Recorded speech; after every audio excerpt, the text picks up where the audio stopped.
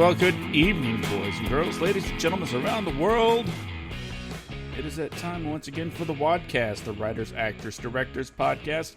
Oh, and every set position in between. I'm Josh. That over there, you might have heard his voice, is, I want to say, Barney? Is your lovable little personality, Brandon Jonk. Hope everyone's had a great week. And Josh, we actually have a special guest. I made some really awesome posters for tonight's show. I was so proud of myself. I did it through my phone. But we actually have the bad agent himself, the first actor that I got to direct since I moved out to California. He's been in the short films A Briefcase. He was in Relish, that film that I highly recommend still, that everyone go see. He is the only writer, actor, and director, Brian Wallace. Brian, welcome to the show, sir. Hello. Thank you for having me. Definitely our pleasure, buddy. So, so great show tonight. And so, Brian, well, we're just going to start with the instant grilling, because I don't think, Josh, we didn't really write any questions down for tonight, did we? You might not have written any down, but I certainly am going to say I did. Oh, cool. So I'm back in high school completely unprepared. Fantastic. All right. So then I will let you start with the initial questions. I actually kind of somewhat know Brian as it is, so I'll let you start the show with the interrogation, sir. Okay. First question that I totally have written down is... Why this field? What in your background made you want to do this? Well, that's actually surprisingly an easy question. I grew up, I was a very chubby kid, and I wanted to kiss girls. And the only way I thought that would ever really happen is if it were in the script. So I joined the drama club, and I grew up in the Deep South. I think, the three of us have a Jacksonville connection, Jacksonville, Florida. And then, I was telling you guys before the show that I later lived in Alabama. And in that part of the country, it's all football. I wasn't very athletic. It's Jesus and football, just to name them in random order, and that everybody cares about. And so while all the football players were out there taking showers together and patting each other on the butt, I was doing love scenes with their girlfriends, and I thought I'd figured something out. And then it just kind of stuck. If only I'd been so smart. Well, it was about the only clever thing I had thought of at that point, and then hopefully, it just sort of got on a roll with trying to develop other clever ideas. Oh, so I mean, and that's the thing. Like, that's actually, until you mentioned it tonight before the show, I completely forgotten that you're a fellow Floridian. Also from my hometown. Kind of small world, but still. So you moved to Alabama when you were a teenager, and that's when you kind of got into the drama club and everything else. So you started working on stage before you really kind of wanted to dip into Los Angeles. How did that go down? Like, where did you start really finding your footing with the passion to be an actor, to be something more than just, I moved my goal. Yeah, well, my goal was, I'm still a stage actor at heart, and the theater is, my first love and my eternal one, if that's not too pretentious.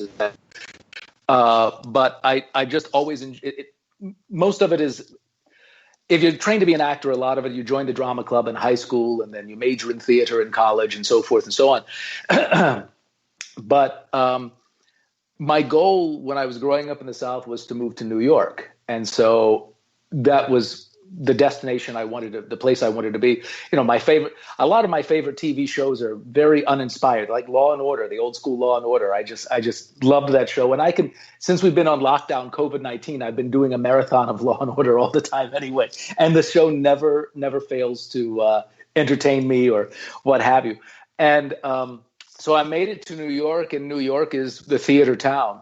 And so I was there for years and years and years just working on stage. And it's something that I do miss. And coming out to California, there's a very large theater community here in Los Angeles. But people are actually quite upfront. A lot of industry people. It's a one industry town, which is decidedly not the theater. And I've met with people in the past who will say it point blank. I don't go to the theater. You come out here trying to find reps or trying to find somebody, to be interested in your work. And they'll just say without any bones, I don't go to theater. I remember a guy writing me back saying that expressly. And I went, wow, okay, well, that's an opinion. So you just try to make your own work, and you're in a new industry, and to come out here at the age that I was to kind of get into this industry, because it was the only industry in town, you just have to kind of start all over, and it's an uphill climb. And at my age, and it's a tough thing because a lot of the things that I had been doing my entire adult life up to now in a community like Los Angeles doesn't necessarily carry any weight. And a lot of people aren't that interested in it. And so you just have to make the work as best you can. And a lot of that means making your own work. And so that's kind of where I've always done that a little bit, but never more so than I have over the last couple of years. Yeah. Well, and actually, it's funny that you mentioned Law and Order earlier, because like you, I have been having a marathon between writing and working of SVU. And by chance, I stumbled across this morning, I meant to tell you when I spoke to you this afternoon, shortly after we got off the phone earlier today, I stumbled across your cameo. Yeah. And what episode? I think it was the episode was called Wet or something. But yes, that's exactly what it was. Yes, I came across, and I was quite wet when I made that. I was quite wet because it was my first. I think it was the first ever TV thing that I ever did, and I was thrilled to get it. It was SVU. It was not Law and Order old school. To my shame, I always wanted to be on original Law and Order, and I never, because I never. Here's the thing. I never thought that you were an official New York actor unless you'd been on Law and Order. So that was also my goal. And then of course now Law and Order is off the air, so my window was passed. But SVU has I think surpassed Law and Order in terms of popularity and the number of seasons that they've made. So I mean, I'm certainly not ashamed of I think I had 5 lines. But I was on the moon when I got that, because it did feel like a feather in my cap to be as part of the Law and Order franchise. I felt like, okay, now I'm an official New York actor. And I used to joke for years and years. I said, I don't care what I have on Law and Order. I can just be a guy who says he went that way, and I would be happy. Luckily, they gave me 4 lines other than that. But I tell you, it was an interesting experience, because it was the first time I had ever not been on camera, but been on a TV show, and all those moving parts. And it was a legit TV show.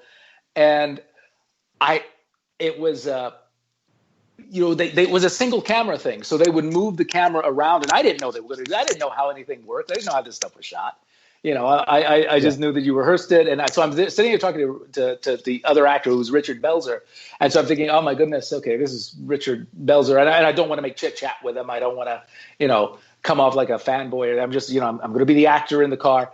And the director would give me notes, and I couldn't hear him. And so Richard Belzer had to say, same performance. Because when they turned the camera around, I said, "Oh, I wasn't." That's the thing. I remember thinking, "Oh, I wasn't real wild about the performance I had given on those first couple of takes." But then they'd already moved the camera, so it was too late. But I didn't know that, so I'm giving a whole completely different performance.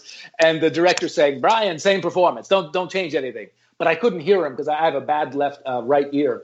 And I said, "Well, I'm sorry, I can't." I had the guy repeat it like 4 or 5 times, and finally Richard Belzer said, "Same performance. Don't change anything." So I said, "Oh, okay, all right." But the other thing about that I remember is that thing was made. That must have been 2010. That's like 10 years ago. I think it was actually from an episode 10 years ago. Yeah, So I had hair and I was thinner, but that was when the other thing that sticks out for me about it, I mean, here I am waxing rhapsodic over 5 lines on Law and Order SVU, highlight of my career. So far anyway. But what I remember about that was when the iPhone started to come out. That was like when the iPhone was a new thing. And because I was playing some executive, they gave me an iPhone as a prop. And because it was a scene where I'm getting out of the car and I'm talking to her, and I said, "Oh my goodness, this is an iPhone," and it was like a brand new thing. Nobody I knew had an iPhone yet. And then when the shoot was over, we're shooting on the street in the middle of Manhattan, and nobody comes up to ask me for the iPhone back. And I thought, oh wow! Not only did I just get a gig on Law and Order, I might be able to walk out of here with a free iPhone. But I went back to the props lady and I gave it back to her, and she just sort of took it back. She didn't seem grateful or anything. Well, no, she was a nice. I'm joking. She was a nice lady, probably younger than I was. But I do remember thinking, wow, I could have walked off the SVU set with a brand new iPhone, and I would have been the only person I knew who had one. And I wouldn't have known how to use it because, I have this. Brandon and I have talked before about my technophobia. So it would have just, I would have just hung it on the wall or something. But it was a fun day. And I remember it started, obviously, it started early, and I was so nervous I probably didn't sleep the night before. So goodness knows what it looks like. I have seen that little scene before, and I think, oh my goodness, that was a bad line reading. But I couldn't change the performance once they moved the camera. I just thought it was interesting when I came across that episode. I'm like, I've got to bring this up to Brian when we do the show tonight. But yeah, no, it's like I was actually very curious about all of that when how soon into your career the Law and Order episode was, and I wasn't even intending to talk to you about that until I saw it. But yeah, so Josh, you're next, sir. Let's continue this interrogation of Brian's personal and professional life.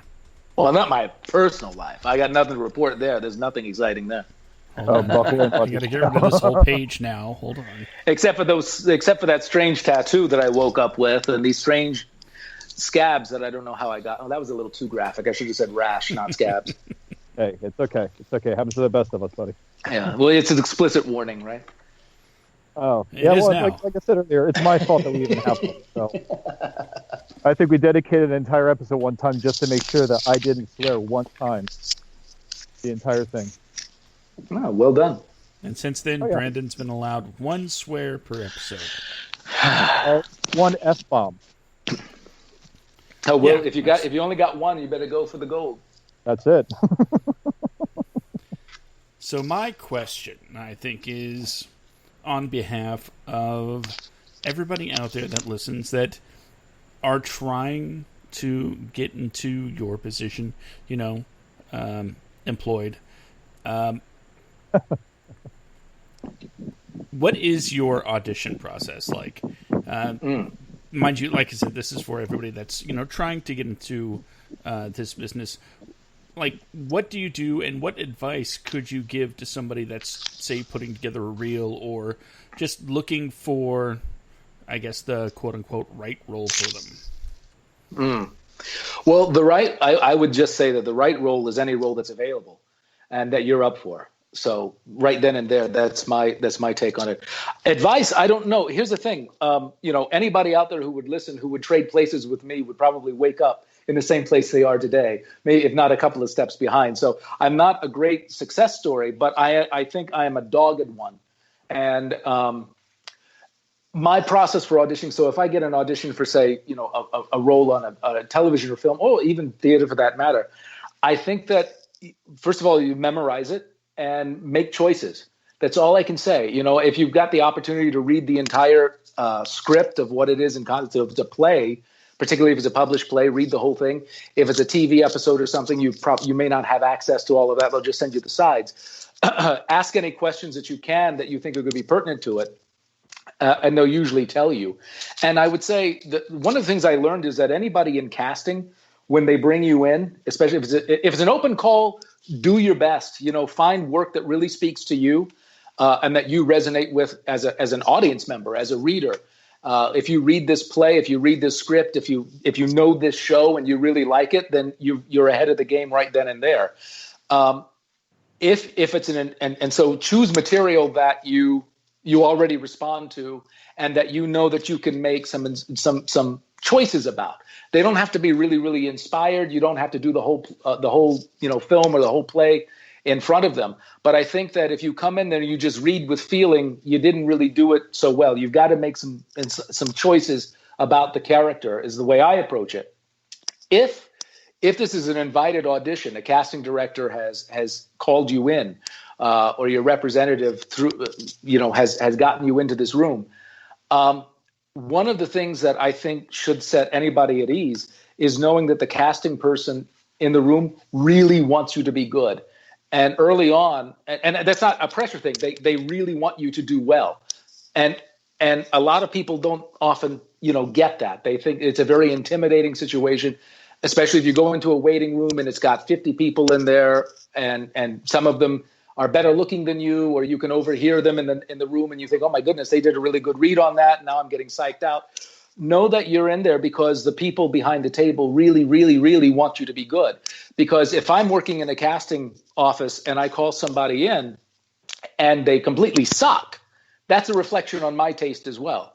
So even if not everybody can get the role, which not everybody can, the way I approach any audition is to know that the people behind the table want you to do well, and they're rooting for you to do well, and that should help any nerves evaporate a little bit.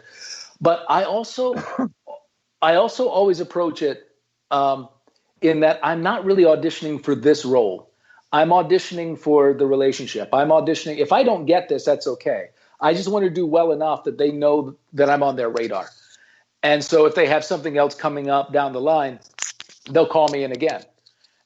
So on a macro level, that's really what the goal is not necessarily to get this role, but to get invited back to another audition, because eventually you're gonna book something in that way, I think. Yeah. Well, I wanted to pick your brain about something real quick. First off, so you have a manager. You have someone that represents you, and pretty much helps you.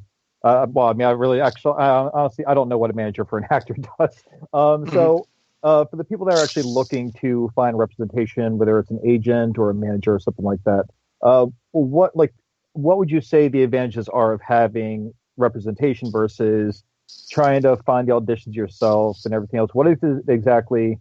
And if your manager is listening, you got a great client. He's awesome. Now, that being said, what exactly does the manager do to help you with your career? Well, my manager does much the same thing that an agent, would do. She looks at auditions. She looks at other opportunities that are out there, and she builds through her relationships. She helps me build relationships. So that's on a very basic level. Not much difference between what she does. She does everything. An agent, has a perhaps more limited role. One of the things that a manager also does in theory is they help you find other. So if you don't have an agent, you can get a manager, and the manager will help you get an agent, is oftentimes how it works. Until then, she sends me out on auditions, and, we keep in contact. And if there's she also handles everything. So if I'm going out of town, for any reason, I've got to let her know, because otherwise she's got to have me booked out. So, it's a very symbiotic relationship in that respect. So it's, you just have to keep her informed. My job is to make sure that she's never embarrassed by me. And her job is to make sure that, I have every opportunity that I can help earn. That said, you are always your own executive. You are always your own client. No matter, how many people you have working with you, you are not allowed to just outsource. There's no such thing as outsourcing anything, I think, in this industry. If you're an actor or whatever it is, if you're a creative person, you're trying to sustain what you're doing, you have to do it. You have to take the lead over your own career. So if many times, for instance, my manager sent me something, an audition opportunity, and she said, tell me what you think. Do you want to do this? Which is an odd thing for me to have heard, because I'm one of those actors who never wants to turn down work. But sometimes, she's going to say, well, if this isn't for you, I understand. So you need to know, I think that ultimately, no matter how many reps you have or who is repping you, you cannot just outsource. You can't kick back and wait by the phone. That doesn't happen anymore. You have to make your own opportunities. And especially, somebody at my age, I'm very lucky to have the manager that I had, but it was an uphill climb for some reasons that I'd mentioned earlier. Is that I was a theater guy who came out to Los Angeles and where, I had some pretty good theater credits back in New York, but many of them don't necessarily mean anything to a lot of people out here, or they just don't, like, they've never heard of the theater, or they don't know enough about the theater itself to care about it, or what have you. It's just a completely different animal. And so you can come out here at an older age and everything you've got is theater work back in New York. If you're not a name that can, you really are kind of starting over, and you have to be prepared to do that and say, well, it's hard. I wish I didn't have to do that, but this is the life I've chosen and this is my calling. And if you enjoy what you're doing, if you would rather be doing this than anything else, then even the struggle is a little bit fun. Oh, yeah. It's not ecstatic, but it's a little bit fun. If there's some piece of advice that I think is very good, that somebody, when I was in school, they had, a guest speaker come, and he asked the group, he said, is there anything else in your life anything else that you enjoy doing? And that if you had to do that for the rest of your life, you could be happy and content with it. If the answer is yes, go do that, because this is really, really hard. And if you're like, I would rather struggle doing this, I would rather have to start over 2 or 3 times doing this than go do anything else that admittedly I still enjoy, then maybe this is something that you should be doing. But the older you get, of course, that's a question that keeps coming back at you at 3 o'clock in the morning. But you press through. Okay. So it's not really like excuse me. Sorry. I forgot what I was going to say. It was something. I'll think of it. I'm like, there was something I was going to add to build on that, and I completely. I would say, I don't know if this is the direction you're going in, but I would just say, as an afterthought, there are no shortcuts. No matter what, we're living in, I think, in a time in this industry where there seemed to be this idea that, okay, it feels to me, I don't know how you guys feel, but there's so many more training programs out there, and I think that there's some really excellent training programs if you are a person who is attuned to be in that kind of environment, especially for an extended period of time. But what I would say is that no matter what training you've had, no matter what experience you've had, no matter how many people you have repping you, there are no shortcuts. There's no shortcuts. You have to get up and do the work and know why you're in this game and really be in it and really want to be in it. I find that, Woody Allen has that famous phrase that 99% of success is just showing up. And you think, well, it can't be that easy. And I'm certainly, nowhere nearly as successful as Woody Allen, obviously. But that being said, when I think of all the things I'm most proud of in my career that I've been a part of or I've helped get started, showing up was the key factor in that. And a lot of the people that I work with most regularly and that I've enjoyed working with most regularly, these are people who show up. And these are people of all ages and who've been at it for, varying degrees of time. And there's just no substitute for that. Once you realize there's no shortcut, then, there's no, there are exceptions to every rule, but 99% of the time, it doesn't matter if you can be with the biggest agency in town, or you could have graduated from the most prestigious program out there, or you could have a Rolodex full of A-listers. Well, that might be a shortcut, but otherwise, in general, there is no shortcut. If you're not independently wealthy or well-connected, there is no shortcut for you. And I bet you people who are, I do know people in my life and career who, do come from money, but their careers wouldn't necessarily reflect that. All their money is not coming from the industry. And they have like the silver spoon thing going on, and comfort whether they're successful in their career or not. Well, yes, they do, but I'm not casting aspersions on them. Yeah. Some of my best friends are rich people. But what I'm saying is that I wish that best acquaintances, I suppose, the people who don't return my calls. But I would say that even they would tell you, there are no shortcuts. They may not have a lot of the same stressors that people who are really, trying to slog away at this might have, and balance, survival jobs and day jobs and side hustles and so forth. But they would tell it's not a beeline to Broadway. There's no such thing, I think. Oh yeah. No, absolutely. And like one thing I've learned is, like you and I know each other well enough that you know that I am working on doing more with our previous experience with that agent. But it's like, there's a lot of writing and everything else, but I also work in medical. Yeah. I made the mistake one time of talking to someone I worked with and telling them that I, work in screenwriting, and like, well, what do you work here? It's like, well, even if I sold a screenplay, how long do you think that money would last me?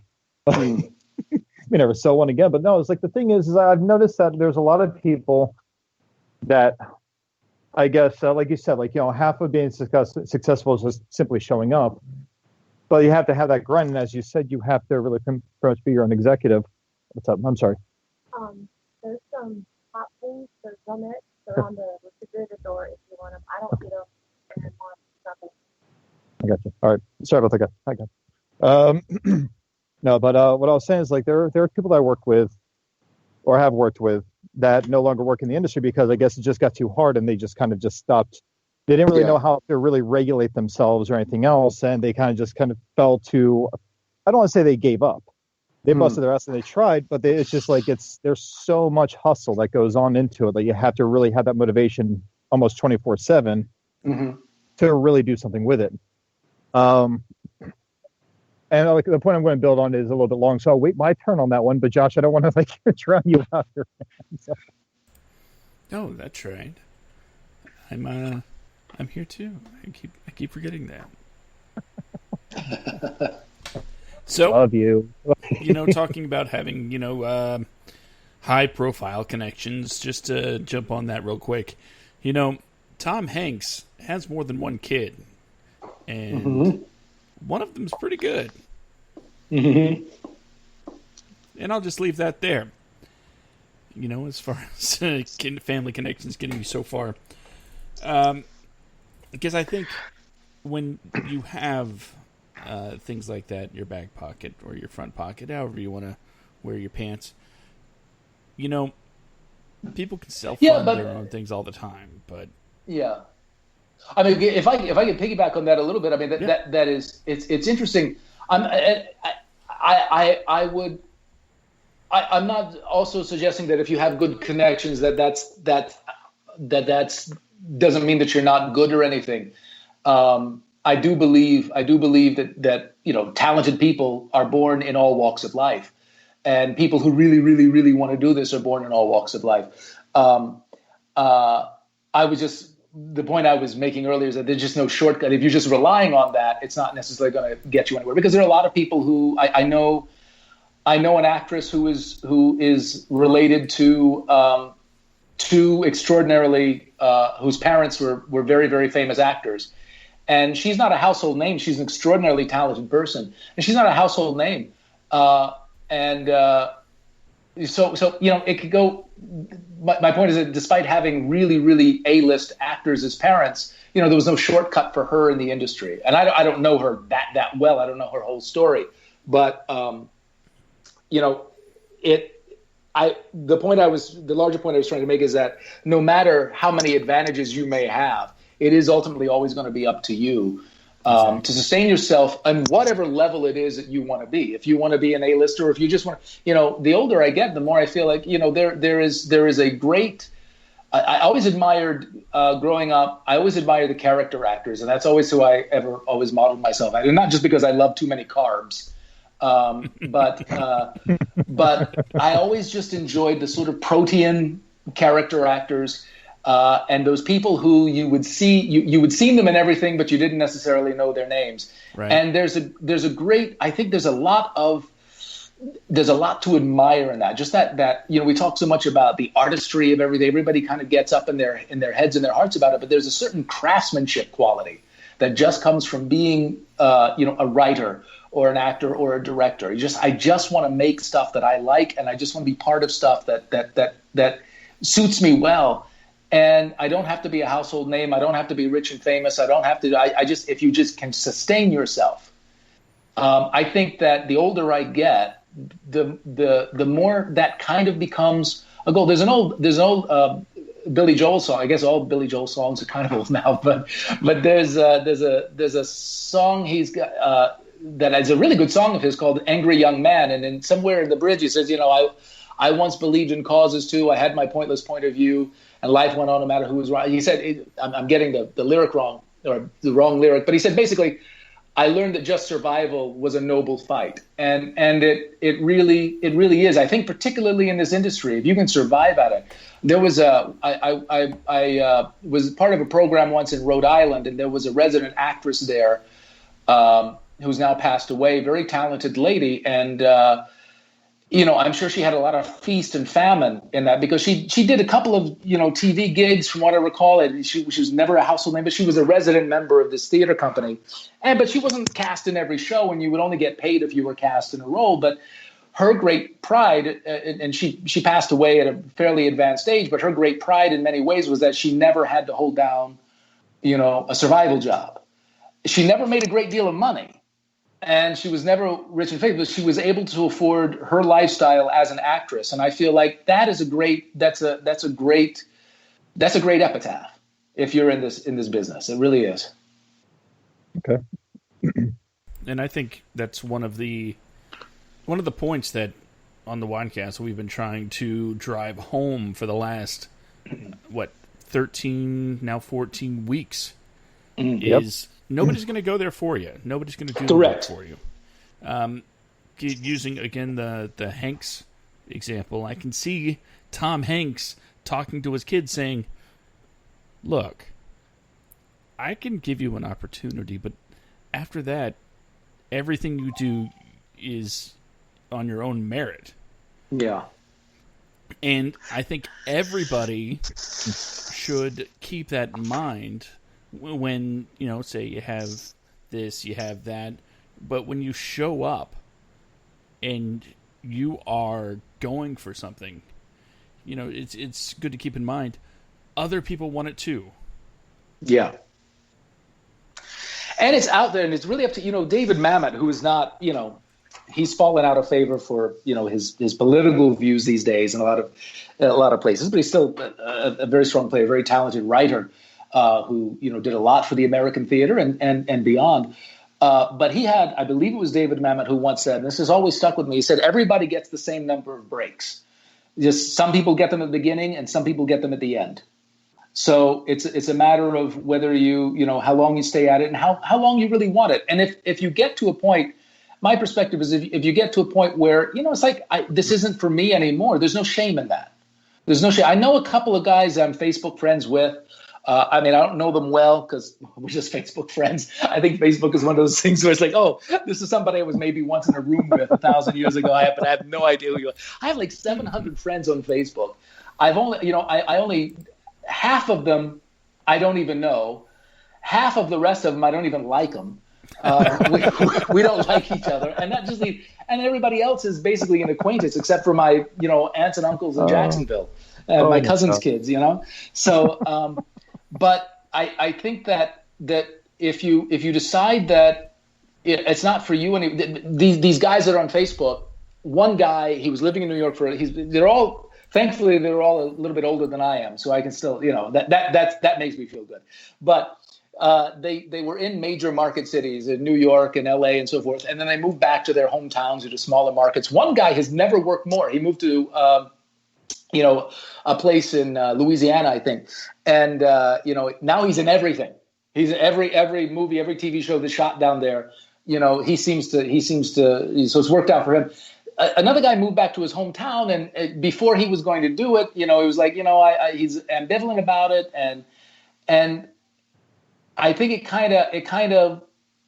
it weighs on you if you devoted your life to this and it's been your identity and nothing's really quite popped for you. And now you're like, okay, I'm getting to an age where nobody wants a roommate this age. And so I gotta make some changes, or I'm just not, I haven't worked in a while and I want to, I'm living in a major city, but I'm not doing what I came to this city to do. I'm supporting myself through other means, and I think it weighs down on a lot of people. And I would just say there's no, if you don't want to do it anymore, just know that.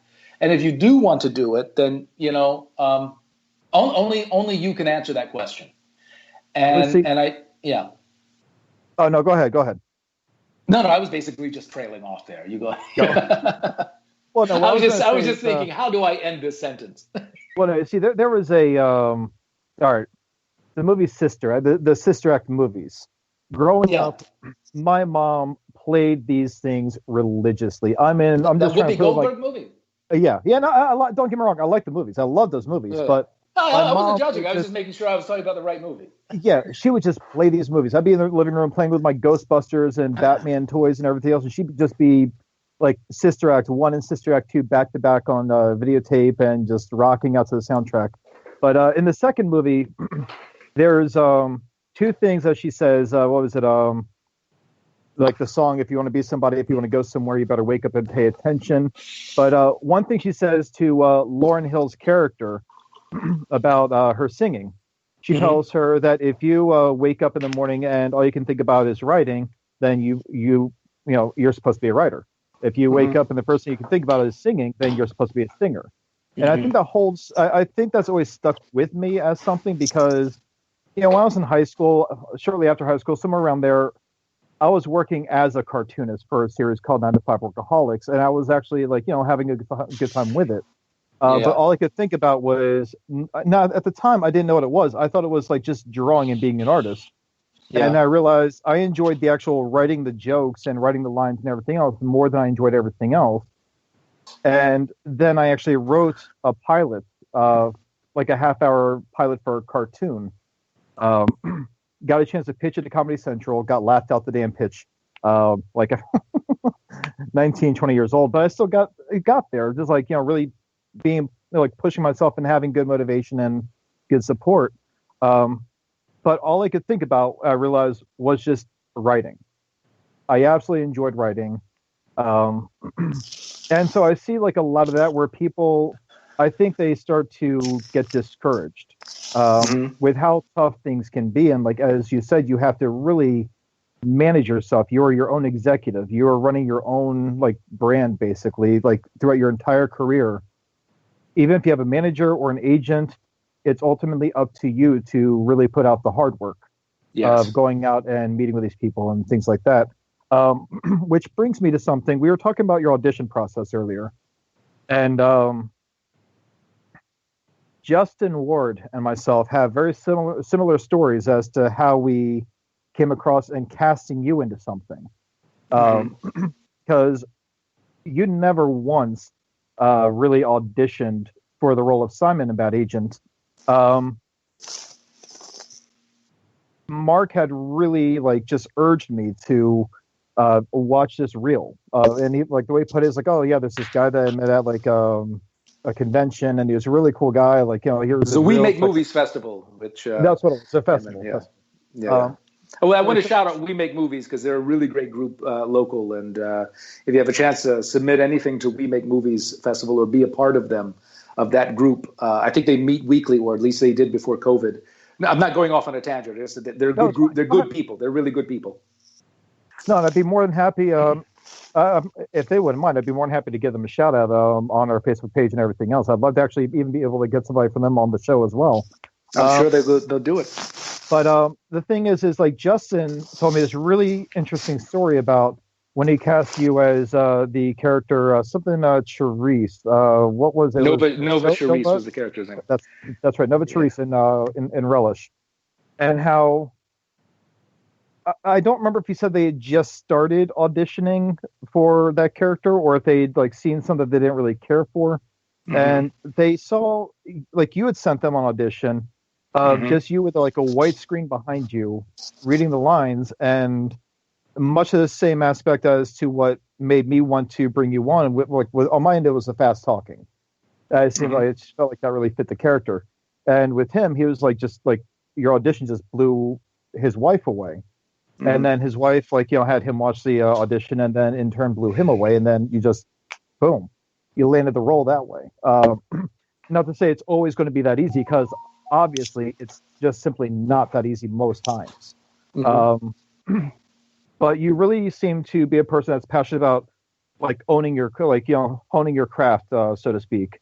Mhm. So when you were like getting into the character for Nova Charisse, like I've not read the script for Relish, and I don't want to step on Justin's toes. He's a really sweet guy. I really enjoyed having him on the show. He's a great person. He was a wonderful director, and it was a great. I loved working with him on that project. Everybody involved in that project was great. Oh yeah, no, the kids were absolutely. I cannot sing the kids' praises enough, and Yeah, I think there's that actually scene nagged between Tyler and. I know you've talked about Relish a lot on this, so I don't want to hijack it and if everybody's tired of hearing about it. Oh, I could talk about every episode, buddy. there's that scene between Tyler and the influencer in the woods at night. I just feel it's one of the best pieces of cinema I've seen since I can't remember when. It was so good. Just the scene between the two of them where he's saying, "I really like you," and she's saying, "I can't, do it because I'm not, I'm not wired to, with your issue." That is the movie, and I think it's one of the best movie scenes that I've seen. Oh yeah, no. See, that's the thing. Those kids blew me away. I mean, it's like, and I like the movie so much. I actually remember the cast name because I've already seen it like 3 times now. Yeah. Like Tyler and Hannah. But the thing is when you were getting into this character, were there like notes in it, or was it just something where you came up with your own version of Nova Charisse? That what I remember, and I may be remembering this wrong, but it was a little bit up in the air. Like there was a possibility, if I remember and I apologize to Justin if I'm getting this way wrong, that there was a chance that the character could have been a drag queen, but they weren't going to go. They hadn't made up their mind yet. I think when I got the audition script, that it was something that it could be a drag queen or just somebody who's kind of flamboyant, what have you. But so I did the best that I could by just playing the given circumstances and knowing who this person was and building on it from there, really, that this is someone who clearly had experienced pain in my life and feeling like a misfit. And here you have all these other misfits coming in, and you just look for your place in the world. And I feel like that's not an uncommon feeling for human beings, whether they are transgender, whether they are, what their sexual orientation is or their ethnicity or what have you. Or, I think that you can in our industry, especially if you're not, if you have to hold down outside jobs in the industry, it can sometimes feel like a misfit because you don't fit in anywhere. So you go to an industry event and you don't necessarily feel fully accepted by the industry because you're not sustaining yourself in that industry. Then you go to your day job and you don't feel part of that tribe either. So it's everybody's looking for their tribe. And that's kind of where I started from. And then just reacting to what the other actors were doing in that scene and how they were living. And then, Justin's writing, I try to, the words mean what they say in that. I think that particular character was one who didn't really hold anything back. It had no reason to hold anything back because Nova Charisse, I believe, was a character who, owned this thrift shop or ran the thrift shop. And this was my domain. And so this was the one place where I could be myself. And anybody who walks into my domain is going to be allowed to be themselves either. And the trick is they have to be able to take that outside as well, which is where they were going. They were going on this road trip. And so that's basically, in a nutshell, what my thinking and my process was. And then try not to think too much about it until, just hold that in mind that this is what I'm trying to do. And then we do the scene. And I interact. And if the actor gives me something else, I roll with it. Because we can always do another. That's one of the things about the film. Just, not being I think trying to be as fearless as you possibly can with whatever the material is that's in front of you. You can do it honestly, and you can do it authentically from an authentic place within yourself, or whatever it is you have to call on, to pay respect to that particular character in that situation and give that situation some stakes, or at least recognize the stakes that are already in there. Then I think that everything else is just improvising. And when I say improvising, I mean just reacting to what you're being told by the other characters. Oh, no, absolutely not. I've got to say this first off. I know he's taking a hiatus from Facebook right now. I don't know about everything else, and I hope he's listening. Justin, if you are listening, I finally got a chance to watch The Meanest Man in Texas. It was a really good film. Great job. I actually enjoyed that too. But Brian, I will say this with the whole thing, and then Josh, I'll let you take over after this point here. One thing that you said in that scene that I think, like, honestly, the entire thrift store scene was just beautifully shot, very beautifully acted. Tells you a lot. And it's in Burbank. It was a wonderful. I bought something there at the end of the thing. We shot that in Burbank. It's a thrift shop somewhere in Burbank. Just throwing that out there. I don't know why. Because I know that, like, the budget, like, Justin did what he could with the budget and still came out with an amazing film. Yeah. So that's an actual thrift shop. I think he really shot that whole thing in 9 days, if I'm not mistaken. I think it was just like a week and change. And when I was on my show, I was only in that one scene. Yes. And when I came in, they had already been out to the desert doing something. I don't know if they had already. I think they may have already shot the end. Don't quote me on that, but I'm under the impression they had already shot the end of the movie by the time that we were doing the scene in the thrift shop. And so this crew was already pretty well attenuated to each other and already well into the groove when I got there. So, yeah. No, see, I think you're right, because I remember Justin saying something. I was blown away by the fact that they shot in such a short period of time, because they were pressed for time. So they had to, like, really get it cranking. And even with that short period of time, like barely over a week, they cranked out a feature film. However long it took Justin to get the editing and everything else and the final cut done, it was fantastic. But you said, like, Nova Therese said one thing in that thrift shop scene that I think any person that wants to try to stand out in the industry and really get ahead somewhere, it's really great advice. And again, anyone listening to this, if you have not seen Relish, Amazon Prime, watch the movie. It's fucking amazing. And there is my one for this show.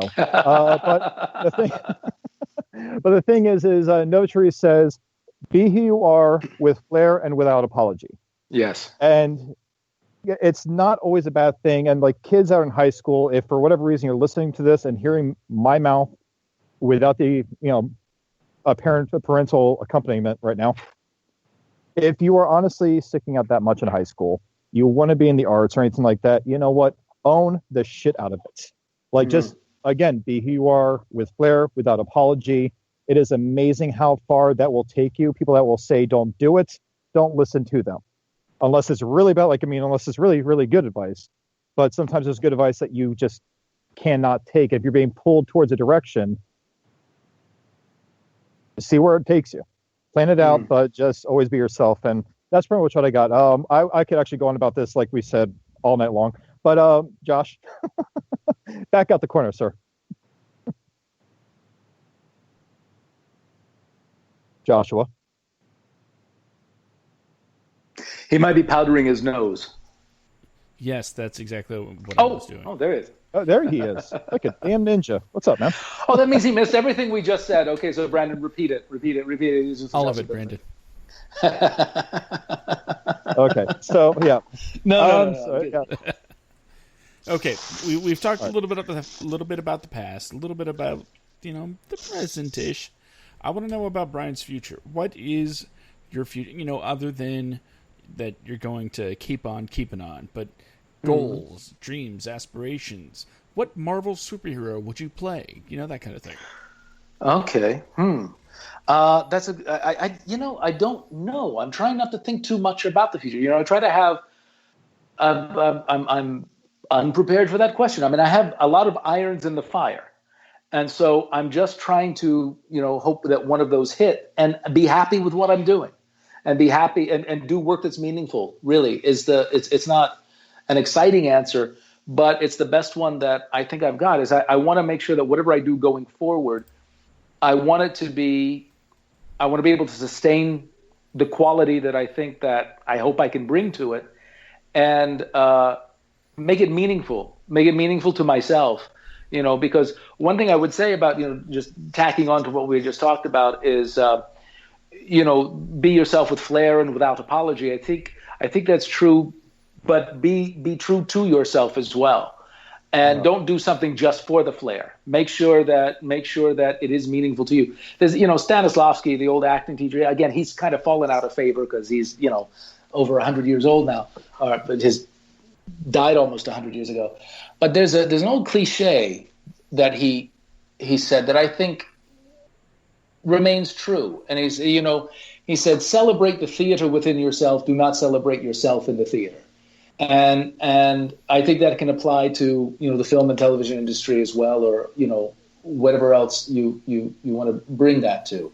If you're doing it, if you're approaching it from an honest place, and this is your tribe, then you have nothing to apologize for. And that's really what I want to do. My future is to really, I hope, find my tribe fully out here in Los Angeles, and work with as many good people as I can who I can encourage to do good work, and they with me. And I'm hoping, obviously, that Bad Agent is going to be one of those things. I'm very, very, very excited about, shooting the rest of these episodes and getting that in the can. And so it's kind of up to, I guess, COVID and state government now, and Gavin Newsom, I guess, as to when we can really everybody feel comfortable doing that. What are you guys thinking is in the future for that? Buddy, I'm itching so badly. If this COVID didn't hit, the idea was to already have Bad Agent filmed, edited. Yeah, we wanted to do this back in April when we talked. Yes. I remember. Yeah. That was the plan. and then God came into play. So so it's not exactly a bad thing, because it gave us more time to really, I guess, tune everything up and stuff like that. And Josh and I were just cranking out, a few scenes, a key scene yesterday. So we were like, we're almost done with everything that we can actually release to the parties that be. So I'm hoping soon, but I'm not as much as I'm excited about Bad Agent's future. I'm also thinking just about the Film Reach group itself that we have going on, because you have Eddie, you have Bo, Sarah, you have a bunch of very talented people with great ideas. You have Marku and Peggy, who are absolutely awesome people. And it's just a group of people that I absolutely enjoy being with. And Brian, you were actually very fortunate to be there for our very first outing together as a group, most of which had never met each other before. Never worked with each other. I couldn't tell. You guys all had really good chemistry. The only common thread for the most part was me and Danielle having already met Mark, Janaea, Eddie, and all of them. But then everyone else that came onto the set, I'd never actually physically met. I'd only spoken to them over the phone. But it was just really trying out the energy, seeing how it went, and it just, for the most part, worked out really well. So hopefully, without the long-winded answer, as soon as humanly possible. Now, didn't they start to open stuff back up like a month ago? And I guess now that's all closed back. Like filming was allowed to resume under certain conditions a while ago. Now, I guess that's been completely reversed. Yes, I haven't caught I think so. With it. I think it was reversed. And I was speaking with Mark the other day about just when he feels we should probably get together, because as you and I discussed, as I discussed with Mark, and as well as with you, Josh, the goal is, at least if anything, to try to film a trailer for Bad Agent and see what we can do with that. Right. So that's most likely not going to happen until it starts cooling off a little bit more, because there's a few outdoor shots and it's going to get hot. And you remember how hot The Office was when we filmed the actual short. I do, now that you mention it, yes. We can only, Josh, I really wish you would have been there for that, buddy. We could only have the AC on in between takes, and we had to shut it off for room tone. And that office got hot quick with all the lights and everything else, the windows being boarded up, all the doors being closed. It just, all the bodies in the room, it was, it was just, the heat was potent at times. But here, 1 second. Indiana Jones, come on, inside. There we go. Good boy. Well, This No. reminds me of a time where I was doing some acting for a short film. And I was playing someone called the Red Rocket Scientist. That's right. My character ran a dog brothel. The Red Rocket Scientist. Oh, Yes. God. Oh, my God. But it was Oh, my shot during a God. particularly scorching weekend for the 48-hour film project. That would have been the least of my worries. How explicit was this movie? It wasn't very explicit at all. I hope not. It sounds my like God. it sounds like it's a. You know what? I'm gonna use the name of my script that I actually wrote as a prop for Bad Agent. It sounds like something out of Manly Men Media. Yeah, Manly Yeah. Men Media. No. Okay, well, since this is a thing now, so I'll explain the bit. In I mean, fact, no disrespect to your collaborators on this fine film. No, I have the utmost respect for them that they got you to do Yeah. that with that name. I came up with the name. Well, no, just the concept of a dog brothel. That's. I mean, I respect. Mad respect. Is this available for viewing to the wider public? I just need to get the link from my friend who directed. Oh and my God! No, let me give you the backstory real quick. The No. story, I want no spoilers. Oh God!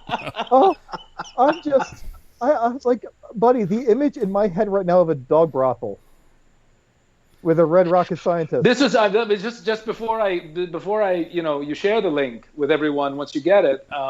This was a dog brothel for other dogs. Yeah, so it was the dog on dog, right? I'm actually crying right now, guys. It was Josh, please. okay. First, none of the stuff none of that makes it to screen. Okay, Okay. No, I figure. but it Thank is God. for interspecies relationships. Oh, my my goodness. Oh my goodness. I thought it was going to be some sweet family film. Oh, your pet is feeling a little, lonely, and so you take the dog to the dog brothel. It's not. Oh my goodness. Oh, no, it's far worse than that. Oh my goodness. Buddy, Now this obviously needs to have an explicit content label all of a sudden. Yeah, I mean, what? No, Even if first your off- language had been completely pure. Yeah. You know what? First off, I'm going to break my rule because I've got to say this. But I'm going to quote Kinky Kelly from Clerks 2. Okay? Hey, fucko. Okay. It's not... God. Hey, fucko. It's not bestiality. It's interspecies erotica. Sorry, Brian. No. I've already eaten today. Oh, I haven't. So... And I'm still hungry. That's But anyway, we just hijacked Josh's anecdote. He was making a point. So apologies, Josh. What were you going to say? Josh, I'm sorry. I just wasn't prepared for that, buddy. Go ahead. The point is, it was during a scorcher's, very hot weekend, and during the chase scene. There was a chase scene. Oh my God. I'll shut up. I'll shut up. Continue. Go ahead. Sorry. I threw in a joke about the heat. Okay. Oh God. It seems like everything else except the actual anecdotal part is what got your guys' attention. I'm sorry. Yeah, that was the destination of this anecdote. I threw in a joke about the heat. Yeah, that was it. Oh, well, that was, if I may be forgiven for saying so, that was anticlimactic. A little bit. See, Josh, you had to. Well, you know what? There's no way. I was going to say you had to ease people into that, but there's no way you could have. It's a short film. You don't have that much time. Well, I mean, He said I it was a didn't- short I didn't film. want to just say, so I did the short film once and made a joke about the heat. True. Okay. So okay. So, Josh, is this your very odd? Was this your very first acting the experience? left turn? Yeah, that's an interesting anecdote because how do you just make? Okay, yeah. With a sidetrack with a dog brothel, an interspecies dog brothel. Oh my God! But the joke, it's almost like the Aristocrats. That joke where you have, that's exactly I think what we just happened upon an Aristocrats joke where the punchline is not the point. Is not the funny bit. My God. So, Josh, was this your very first acting experience? No, I've been acting for many years. Okay. See, I remember I'm a member of the International Thespian Society. Oh, okay. See, I remember my very first acting experience is because I had to act for a college project. And Brian, I don't know if I ever told you about this. Josh, I think you've actually seen it before. But I had just gotten done helping all my classmates film their freshman finals. And I had no one to help me because by the time they were done, they're in the editing lab, like trying to get their stuff finished for class in, I think, less than 3 days. And I had so much fun working on these sets. I never thought about what to do for my own short film. But everyone's films were so happy and loving and cutesy and all that stuff. And I'm like, you know what? Fuck these people. I need help and no one's helping me. So I had to get two of my friends, Sloan and Paul, to help me, like a 3-person crew. And my roommate Jay to help out with, because he was like an upperclassman in film school. And I made this 9-minute film about a guy drinking himself to stupidity, writing a goodbye letter to his girlfriend and his best friend who ran off together, leaving him behind. And it ends after 9 minutes of this dialogue and flashbacks of him actually blowing his brains out. And I actually made fake blood and made brain matter out of latex and toilet paper. And I asked the teacher to show mine last because all these other films I already knew were going to be really cute and happy films, and I want to bring the room tone down because I was so pissed at everybody. And I watched this with my mom. After college, I watched it with her for the first time, and the scene where I shoot myself, it's like this scream, and I edited in. I had like a little dollar store cap gun. But I edited in the gunshot from a 38 special and just did like practical effects to make it look like it just blew my brains out. When that gunshot went off, my mom just levitated out of her seat and started bawling her eyes out in front of me and my roommate. Mm. I'm looking at her like, Mom, why are you crying? She's like, oh my God, just watch you die. It's like, I'm right here. Why would you do this? Like, I don't know. I was kind of pissed off with my class. It's like, oh, well, so it's because you were mad and you want to be an asshole? Yeah, pretty much. So, Brian, what was your very first acting experience? Like your very first actual on film or on stage, whichever one came first. What was your very first experience, and what kind of things did you run into? Like, what went wrong? Like versus professionally, or like as a kid in a school play? I'd say let's go the professional route. Okay. I think it would have been, I think at children's theater, it probably would have been everybody who starts out usually starts out doing kids theater. And what I remember about it, let's see, it would have been Prince and the Pauper or something like after training, it's a thing. You go to college, you go to these various, acting institutions, and you're doing Shakespeare and Chekhov and so forth, and you come out and your first paying gig is like doing, My Little Pony or something, or doing I think what I did was The Prince and the Pauper, I think, at a children's theater. So at least it was a classical adaptation of a Mark Twain book. So at least I had that going. But then the next one was like I think some Alibaba and the 40 Thieves, which it sounds like it, but it was intended for like little kids. And so I think my initial frustration or challenge was I wanted to be a real actor, and so I'm trying to do Marlon Brando method kind of acting for little fourth graders. And now that I just think about it and look in retrospect, it probably was a weird fit. But I think the biggest challenge that I had, beyond that, was I had a director who I really, really, really, really liked. He had actually, so I guess he had cast me in a play before that. I guess that would have been predated this experience, but he cast me in something before, and I worked well with him. And then he cast me in this for the children's theater, and he just talked a lot. He is one of those guys who just he gave me, as the emperor says in Amadeus, too many notes, just in a different kind of note, I suppose.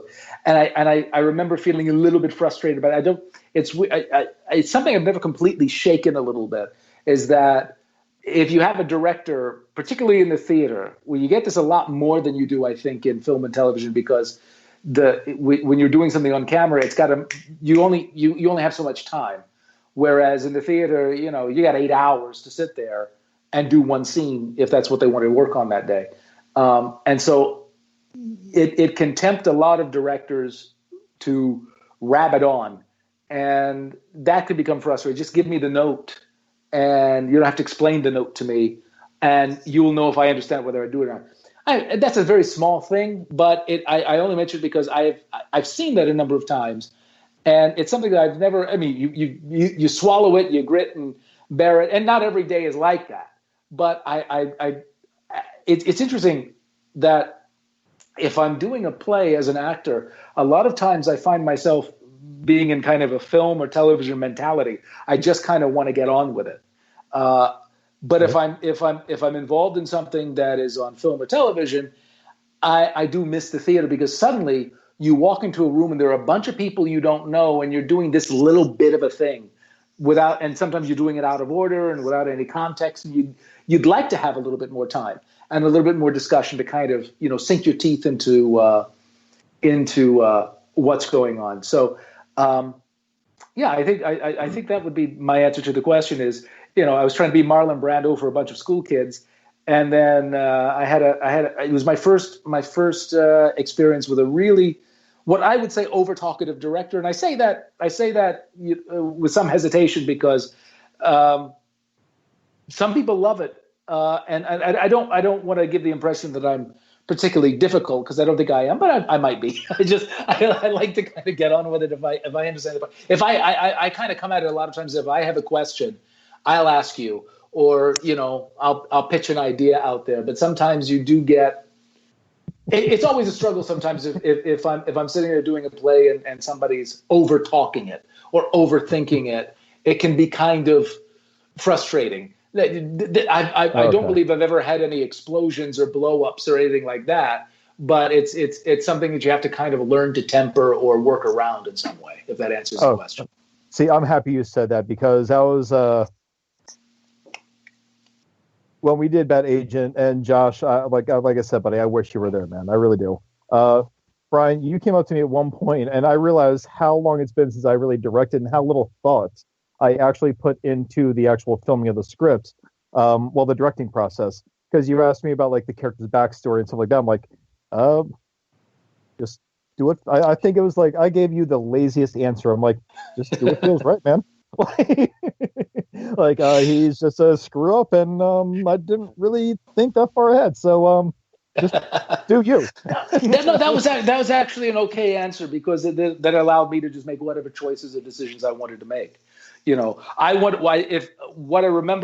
asked you that question, I just wanted to make sure that I was honoring anything that you had put into it that you wanted to make sure that came across. And so that was it. But the answer you gave me was actually fine. Oh yeah, no. Well, thank God then. But can I powder my nose real quick? Do we have time for me to see a man about a dog, Josh? Not a dog brothel, but something otherwise you talk about amongst yourselves, because I'm bursting at the seam here for just a little bit. I'll be back in about 2 minutes. Is that okay? Oh, that's fine. Okay, I'll be right back. Okay. So yeah, I mean, Josh, it was hysterical, man. Like what he was saying. Like, he just asked me. He was like, "Oh, well, yeah. So, what's his motivation? What's his background? Like, well, like, where's he from? Like, fuck if I know." I don't know. I think I asked him, like, where do you feel he was from? The laziest answer I've ever given anybody that I directed. And he's like, looks at me, he's like, "Okay, that's great." I'm like, oh, thank God. Yeah, now that he's not around, I can say that he absolutely nailed it. Of course, I've said that plenty of times on the show. But when he comes back to stop talking, like make it seem like we're talking smack about him. So when he goes back to listen to the show, he's like, "Oh my God, oh, okay, they weren't talking that about me." Can be like, he's back, stop. I was watching this weird movie before we signed on. It was weird. Aubrey Plaza thing. Life After Beth? No. An Evening with Beverly Laughlin, something like that. Gotcha. Okay. It is so freaking weird. Like, it's either absolute genius or really stupid. I'm not sure which. Well, I mean, there's a lot of movies that are a little bit of both. Dumb and Dumber is absolutely stupid as hell, but it's brilliant. I mean, just... Oh, wait a second.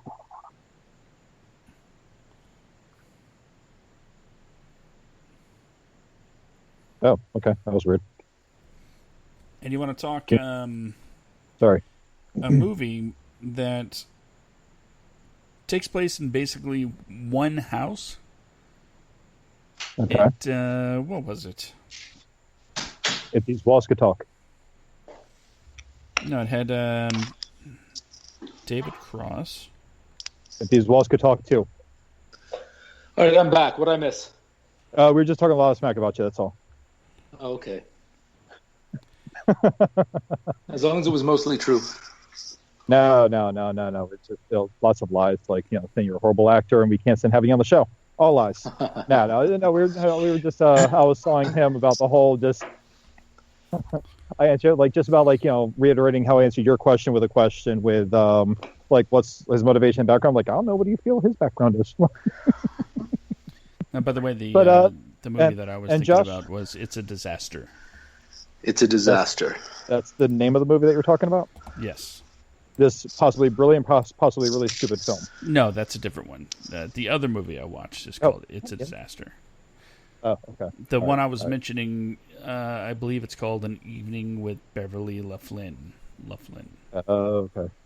Aubrey Plaza, Craig Robinson. Oh, wow. Okay. Weird. So, Netflix.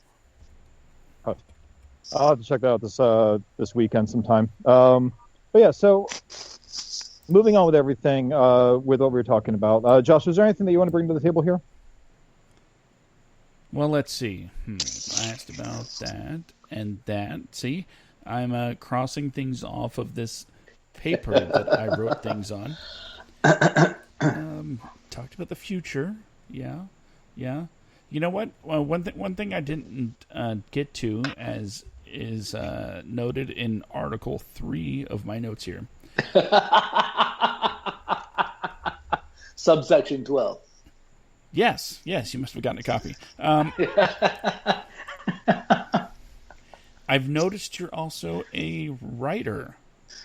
Yes. And we have yet to really talk about that part of your career. That's actually a good point, because we got so carried away with everything else, and there was still stuff to cover. So, Brian, as you so diligently noticed earlier, our this is why our episodes last a little longer than expected. But yeah, actually, Josh, thank you for bringing that up. Yeah, go ahead, buddy. Let's talk about this stuff. Was that a question to me or to Josh? Josh. I've been hijacking a good portion, talking to you and everything else. So I'm going to let Josh bring up this point, because, yes, this is definitely something I wanted to touch on myself, and I'll ask the next question. But Josh, please go ahead, bud. Okay. Brandon and I are, we mentioned this a lot on the show, we're a part of a screenwriters group on Facebook, and there are a lot of differing opinions on a wide variety of subjects, especially when it comes to things like, you know what? I'm just going to ask you the question that I saw asked earlier today. Mm-hmm. At what point do you call yourself a writer? I think that when you've written something, I think it's fair to say. I mean, it's as simple as that. You've written something that you intend to share with other people, and once you show your writing to somebody else, I think with an intention behind it, primarily. So if you're writing a screenplay and you send it to somebody and say, "Hey, I want to do a reading of this," suddenly, I think I don't think it's any more esoteric than that. It's a very practical thing. You've written something and you've shown it. You've shown what you've written to somebody else with an intention to do something with it. I love that answer. I absolutely love that answer. I don't think it would come as any surprise to hear that in the group, answers ranged from, as soon as you call yourself a writer to, well, when you get your first check from writing, or when you change your tax forms, and just a whole slew of answers. But personally, I think along your lines, and you're a writer when you write something and people read it. It doesn't matter if it's in a magazine or if you just printed out a bunch of pages on your paper and you clipped them together yourself. You wrote something. That's what writers do. Exactly. You see, and like that, I think my answer was just flat out to somebody. I think my answer was something along the lines of when you write. The second you start writing, you're a writer. I mean, it doesn't matter if it goes anywhere or not. You're writing. You don't have to be paid. And there's a lot of writers that are extremely talented that never really, for whatever reason, one thing or another, who stop writing, or just so they'll keep writing, but they'll keep it to themselves. Yeah. But they're phenomenal writers. Well, how do you know if they're keeping it to themselves? Well, I've got a buddy of mine who is a very talented. I joke with him. I call him George McFly all the time, and it's because of the fact that he actually gave us a script to read on one of our cold reads 2-3 weeks ago. But he didn't want his name out there. He didn't want the name of his script out there because it was like a working title. He didn't know what to name it. He's very insecure about his writing. I'm not going to say your name, buddy, but sorry, you are. You're kind of a bitch about it. But he's very insecure, and he's very good. And that's the thing, and that's why I say he's like a little bit of a bitch about it, because he's really good with his writing. He's an amazing writer. Reading his first draft, he's not fluent in English, so the language barrier is a little rough, but the story's good. Now, that being the case, I've read 4 of his feature-length screenplays and edited them for him, gave him notes, and these are phenomenal. Well, are you going to enter these into a contest? No. What if I get rejected? Well, it's like asking a girl out. Keep asking different ones out as you find a new one that you're interested in, or just maybe try to cater a little bit, put yourself out there, and someone's bound to notice it, just something. No, how old is this person roughly? Well, he actually, I've known him. He went to Writing University, and that was back in. He's 3 years older than I am. He's 40. He's a little older. He's 41 years old. But but the thing is, he's been writing for years, and like that episode that I told you that I wrote, the based off my comic strip series. I give it to him to read, and he's actually the one of the people that really urged me to try to do something with it. But he's just never, not a single time in his life has he ever entered any of his scripts into, or even his manuscripts, because he's a novelist too. Why do you think he's so reticent?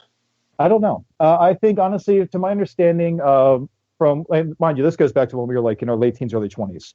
But his family is, they're all from the Middle East, and with him, it is you're to be a successful business person, security, stuff like that. Don't disappoint the family and all that stuff. So he never really, I think he always stayed in that lane.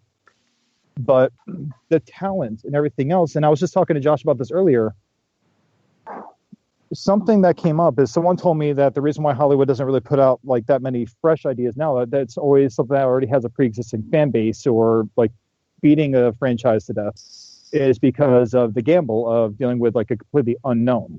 They don't get the most marketing or anything else, but you have a lot of unknown writers that if you go on simplyscripts.com, you can find writers that are just phenomenal, that posted something 10 years ago and they haven't posted anything since.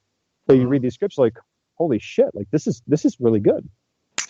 Why has this not been in? Why has this not really carried on to something?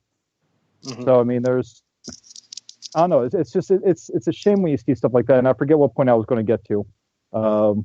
Curse of being long-winded and exhausted. When I hear a story like that, I wonder if this is something that's more of a, because is it something the guy really, really wants to do? Do you think you've known him for a long time, or is it? He's passionate about it. His passion is through the roof, but it's one of those. Well, it's not a secure gig. It's Yeah. not, but it could have been by now had you worked Yeah. on it 17 years ago when I first met you. Yeah. So it's one of those. But now, coming But off of that, though, it leads. Well, let me just. Can I say one other thing about that? Because it's it also sounds like his fear that it's going to be rejected. But given that it's 2020, who's going to reject it? You're friends with somebody who makes movies, and I bring that up only because it's interesting to me that it's such a competitive industry. But the more and more I think, and maybe it's because I'm just not successful, so I have the freedom to wonder about this stuff. Is that I've been making my own stuff in large part because it's the easiest way for me to do it now, rather than wait in line and ask permission. And I've got this friend. She's like a fraction of my age, and she looks a fraction younger than that even. And she was a stage manager on a play that I was in when I first got to Los Angeles, and but she's an actress and a writer, and she produced something at the Hollywood Fringe a year that I was producing something there. And I came to see it, and I thought, my God, she is so gifted. She's a very good actress, and she wrote the whole thing, and it was I thought she was like Tina Fey, only better, okay, and considerably younger. And so I said, okay, even though she's a lot younger than I am, she's been in LA a lot longer, and I've often looked at her as sort of a pseudo mentor because she has said certain things. She's very smart, and she's since relocated to Sacramento, and I've been working on I've written a couple of episodes of another web series that she and I kind of conceived together, but I've done all the writing on it so far. But I bring her because she and another friend of mine were out one night, and she said something that has always stuck with me. She said that she was out with, she was meeting with some agents or managers, some industry people. And they had said to her, in this day and age, there is no excuse not to have content. And that, when I was her age, there was no, the internet was not like it is today. Nobody had a smartphone, it was but limited. you think about, now, hey, come on, there was something. Hey, buddy, we didn't have the old. technology when we were younger.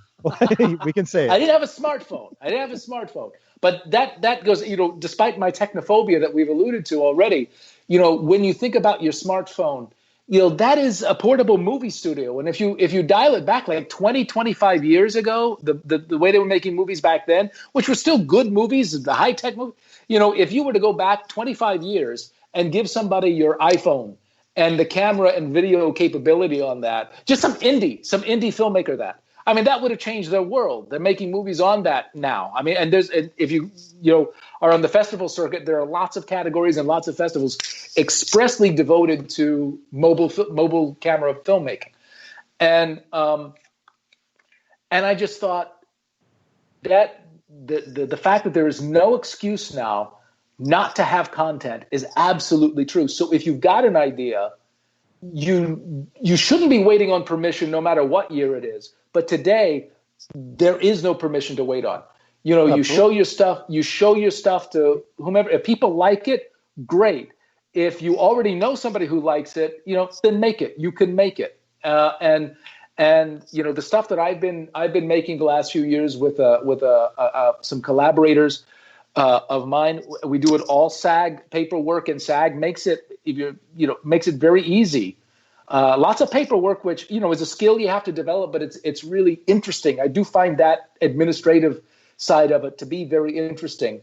You can make your own film. You can, and now there's a lot of hurdles you're going to have to jump over. But if you really, really want to do it, you don't have to wait for somebody with money necessarily to give you the green. You can greenlight yourself, and cool. Yeah. Well, you see, and it's like you were saying with the phone. I posted something on the WADcast Facebook page, and it's you made that. You did. Sorry to interrupt you, but I was going to say earlier you had made some post. You made that on your phone today.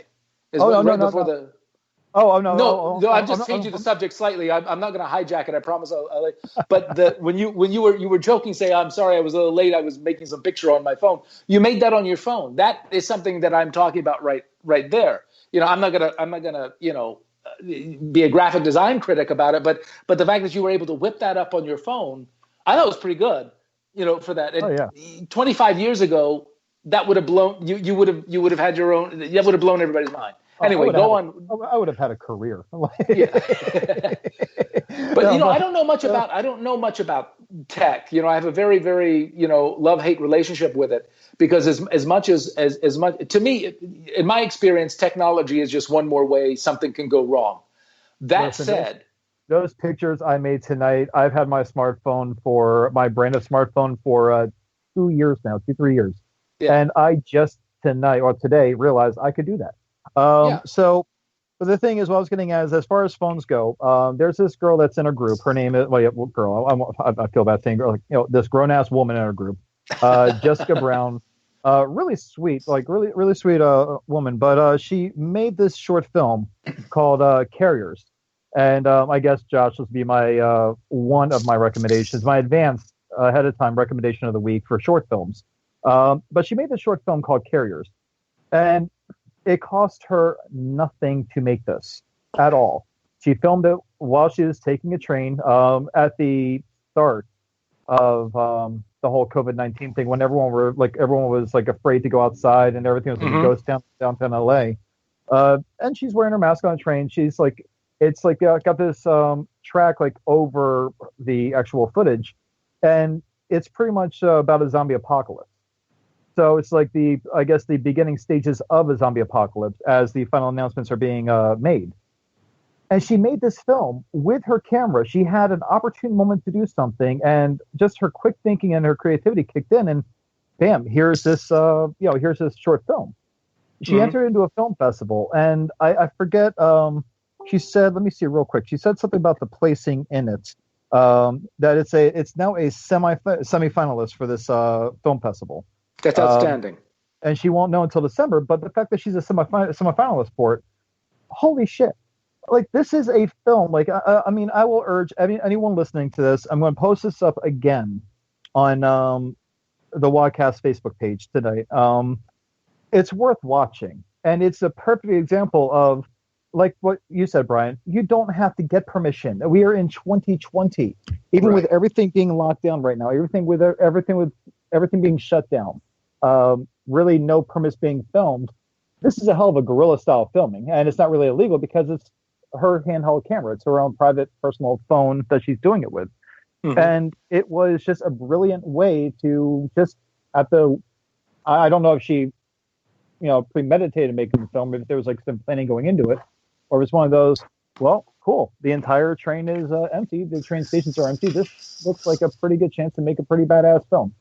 Yeah, and it goes back to what I was saying, if I may, the Stanislavski quote I was talking about. Celebrate the theater in yourself, not yourself in the theater. You make your movie. If you've got the script, and you like it, make it. Get the paperwork from SAG, put it up on Actors Access. You will find, if you're in Los Angeles, you're in a major market town, you will find people who will want to be in your movie. Make your movie. You may not, it may not win an Oscar. You may not have a huge budget. It may make no money for you necessarily, but if it's coming from that place of the theater in you, the film in you, the storyteller in you, what are you waiting on? You can make your movie. And so if you're waiting on somebody with deep pockets to give you deep pockets for this film, maybe reevaluate what it is you really, really want to do, is my take on it. I'm not saying there's anything wrong with that. But if you just want to tell your stories, if you just want to create your project, create your content, and put it out there, make it. It's 2020, as you said. No, absolutely. Josh, go ahead. I've only got one more, one or two maybe questions for you, Brian. But Josh, go ahead. But I know you stepped away for a second, so by all means, if you got something you want to jump in on. I'm going to wrap this back around to stage acting for just a moment. Okay. I've done four stage productions. Guys and Dolls, You're a Good Man, Charlie Brown, a couple of musicals. What stage productions have you taken part in? And second part of the question, that's right, two-parter. What productions would you want to be a part of? Say money's not an issue. You could do whatever you want, no problem. What one production are you like, man, I got to be in that? Well, I had a stage career for almost 20 years, and I worked a lot regionally. I was based in New York. I worked out of the theaters there, and I was a resident company member of the Alabama Shakespeare Festival for a season. I did a lot of other plays. They're not part of the resident company, but one-offs here and there. So for a very, very long time. So I've been in a lot. I've been in a lot of stage productions. I think a stage production that there are a couple that I would love to do. One, Shakespeare wise, I think Richard II. I would love to play Richard II, which is a Shakespeare production. And I would love to play Falconbridge in another Shakespeare play called King John, which nobody ever does. I like the Shakespeare plays that are a little bit more obscure and not like your Hamlets and your King Lears and so forth. But I particularly am drawn to those two plays and those two parts. And then also Coriolanus. There's either playing Coriolanus, probably Aufidius, who was Coriolanus, archenemy. I've wanted to do that. In non-classical theater, there's an old play by an actor named Robert Morley called Edward My Son, and I might be aging out of it a little bit, but it's a wonderful little. There's something very, very powerful about it, I think. About this man who has he kind of works his way up to be a successful man, and he has these dreams for his son. He comes up for nothing, and then his son disappoints him. I've always really liked that play. And then there's a play called The Art of Success, which is now probably 20 years old, but it's about the painter William Hogarth. And I would love I need to lose weight because there's a nude scene. I'd have to be naked. If we did it, but I would love to do that play. It's one of my favorite plays, period. See, I would actually love to see you play in King John. That's actually one of my, as you said, it's not one of his most popular, plays, but it's actually one of my favorite as well. Really? And it's no, it really is. It really is. I mean, it's like you have the one character, like King Philip. He says something in there to one of the characters. You're as fond of grief as you are of your child, or something like that. Like somewhere like as he's talking to him about like his loss and how he's just surrounding himself in everything after the loss of I believe his son. It's been years since I read it, but I was dealing with something at the time. Like I've had a severe loss in my life, and that is actually I read that I had this book of Shakespeare plays, and I love reading, like, I loved Othello, I loved all of his plays, and I came across King John, and I'm like, okay, well, I'd never even heard of this one. Like, whatever, I'll read it. And the entire story just struck me very personally. I'm like, well, shit, man. I was like, holding myself back from a few different things. So I'm like, I use this. I'm like, well, that's actually, this one character is pretty much getting a foot shoved up his ass by a few people here. So maybe that's what I need to do for myself. And that's what actually urged me to get the hell out of New Jersey and come out here to California for film school, and where I fell back in love with screenwriting again. It's amazing the power of like art and literature. It really is. I mean, it just like it just has something like where the right thing at the right time can really do a lot for you. I think that sorry to interrupt. I think that King John has what might be the most heartbreaking scene in all of theater. It's this scene between the kid Arthur and Hubert, who's like an uncle type figure to him. And Hubert has been, because Arthur could be a claimant to the throne, and so Hubert's been told to kill him. But they have a very close relationship, and Hubert it's kind of like the Snow White and the Huntsman. Hubert is supposed to go and kill the little kid who's like a nephew to him, and Arthur has this line. He says, "What's the matter, Hubert? You look sad today." And it's just so heartbreaking. He couldn't do it. Now, unfortunately, the character of Arthur is a little bit silly after I think he dies from falling off a wall. Spoiler alert. So but that scene by itself has got so much pathos that is so effective that I think it might be. It's certainly, I think, probably the most heartbreaking scene in all of Shakespeare, possibly in all of drama, with the possible exception of a scene in Three Sisters, but otherwise. Yeah. Well, it's like, I mean, well, Hubert didn't like even come in till like, I think like what, like almost halfway through the story, but it's like still, it's like, it's one of those, like, it was, yeah, I mean, it's sad. Like, like just, he felt like he was betraying every single thing that he was like, oh my, okay. Something else I could talk about all night long. And I know we're running short of time here. But I did want to say real quick, I've been wanting to ask you about this, and I've never gotten around to asking about this, Brian. The briefcase. Yeah. Now I've seen like little tidbits. I think I might have seen a trailer for it. I believe was it I think it was a short comedy, but Yes. I never actually got a chance to really see it. So you wrote and directed that, correct? And Correct. you also act. I wrote and I wrote, I acted in it, and I co-directed it. Okay. That was the first thing that was the first, I think, film that I made. What happened? One of my collaborators, Matt Mitchell, who is a brilliant, he's an actor, and he's a brilliant cinematographer. I'd like to get you guys in the room at some point. He and I, we went to school together 1,000 years ago to an acting school, and we were out eating one day, and he said, I've been wanting to make this movie, this comedy. He's not a writer, and so he said, I had this idea of a comedy. I just don't know how to do it. I'd like to make the movie of a kidnapping gone wrong. I don't know. Is that, Brian? I know you're a writer. Is that something you're interested in? So I said, sure, I'll write that. So he had the story idea, and then I wrote it, and it was basically a comedy, about a kidnapping gone wrong. And he said, oh, you would be the boss, and I see there would be 2 henchmen or something, and then that's basically, I kind of took it from there. But what we needed, it's an interesting thing, because I look at that movie today. I think Matt and I both look at that movie today, and we think, oh my goodness, we would do so many things differently at this point. But I like the story of The Briefcase, of how we made the movie, because it kind of feeds into some of the things we talked about earlier tonight about green light yourself, and don't ask for permission. All we needed was, it was a 4-character film set in one place, and we needed a garage. It was the idea that these guys drove their car into a garage, and it'd be a secluded place, and they'd kidnapped the wrong person. That was basically just a little farce on that. So all we needed to do was find a garage. Okay, and I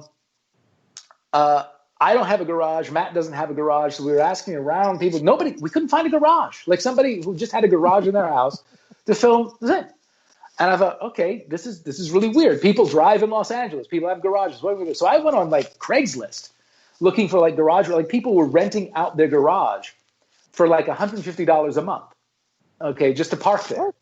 Awesome. Yeah, somewhere. And so I would write to these people. I'd say, hey, listen, I don't have any money. We're just a shoestring budget, but I'm shooting a movie, a short film, no money. How much would you charge me, to use your garage for one day? And they're like, well, how much you got? And suddenly you tell anybody I'm shooting a movie, I got to put food on the table. They start, giving you, just responding in, cash emojis and things like that. And it's like, okay, well, wait a minute.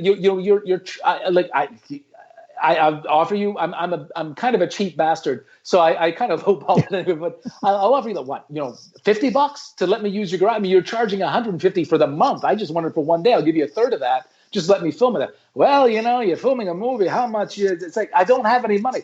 And to me, and the thing for me was like, locations are a necessary evil, but that's the one thing that, does keep coming up and again when you're making something, because it's one of those, I didn't want to pay, I didn't want to pay more for a location than any other thing else in the movie. I'm that guy on Amazon who it's like, I don't like it when the shipping charge is as much as the thing I'm buying. Like if I were a diabetic and I needed insulin, and the insulin cost me $50, and it was like, $39.95 to ship it, I wouldn't get the insulin. I was just like, okay, I'm going to exercise, or I'll cut down the sugar, whatever I need to do. I just have a thing about that, paying as much to ship it as the thing it is I'm buying. So to me, that was kind of like, the location thing. So anyway, I'm looking around for just a garage, and I'm posting on Facebook, and there was, one of these acquaintances that I don't know, I just happen to be friends with on Facebook. So, well, when do you need the garage? And I wrote him back, and then he never responded. So we couldn't find it. So we were despondent. We're kind of all but giving up. And then I went to my brother-in-law's house, and we were talking, and Michael Fishman, I have to say, he's a good guy. If you need locations, this guy seems to have a magic touch. I was just telling him, I said, yeah, we were going to make this movie. He's asked me how things were going. When I was going to make this movie, I just need a garage. I could not believe we've got everything ready to go. We got the script done. We got the prop. We know exactly what we're doing. We're ready to shoot this thing. We just need a garage. And he said, well, I don't have a garage, but I have a friend who owns a ginger ale factory. Would that work for you? And I said, what? And apparently one of his friends, he owns a ginger ale factory downtown LA, just short of Compton or something, I think. And it's this enclosed area, very industrial area. It's very secluded. And I went down and he said, let me call my friend. I said, well, how much does he want? I said, he owes me a favor anyway. And he said, look, if you put a shot of the ginger ale bottle in the movie, like have somebody take a swig of ginger ale and just smile, we're good. And so we wound up being able to shoot this thing at a ginger ale factory for free. It was like the outside where they had the forklifts and the pallets and all that. And then they couldn't have been nicer. What was a little bit of a twist is that when we shot that movie, the ginger ale factory was still operational, which we didn't expect. They had a skeleton crew, so we had to keep holding for like forklifts a lot. So it was a bit. But the last 3 or 4 hours of our shoot, they had shut down for the day, and it was just us alone in the ginger ale factory. So it just goes, to show that I was like, how do I rewrite this if we can't can we just go to the side of the road somewhere in the country and I'll rewrite it there, or rewrite the location, whatever. And suddenly, we got a ginger ale factory. We didn't have to change a word. And it wound up being much, much, much, much better than shooting in somebody's garage. And make your movie. You can make your movie. And it didn't cost us that much. Now, we paid the actors through SAG scale, and we've got contracts to pay the actors for. So that's the other thing, is that I do believe people should be paid for their work, and SAG allows you to do that. You can work deferred, you can work what have you. I have or guaranteed, but you can find in a town like this people to be in your project. And if they're working deferred, I make sure that I have a piece of paper that proves that I owe them money. And stick to it for when those triggers happen. So if you get a distributor, then you get triggered and you pay their health and pension. But it's not like breaking the bank for a short film or something like that. So Matt and I will look at the brief, and editing it was such an education. Everything, it was all these things like, okay, we've got to learn how to do certain things ourselves rather than wait on somebody else to do it for us. And so it was an education on that score to be able to edit it and how you got the lighting wrong on things. And sometimes, you forget that you forget a shot. Like somehow, oh my goodness, we did not get that shot. And now I've got to cut lines in editing because I have to bridge this scene together otherwise.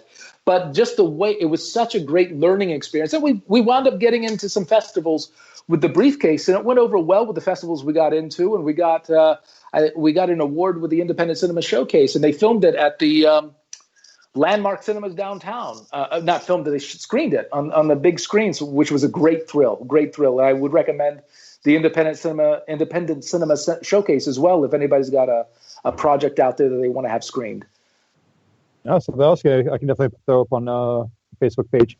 Well, is there like a place to actually view the briefcase right now? Is it like on YouTube or Amazon or anything like that? No, it is not, because of that. There's a possibility 2 of the festivals that we got into have distribution opportunities, and it's a matter of,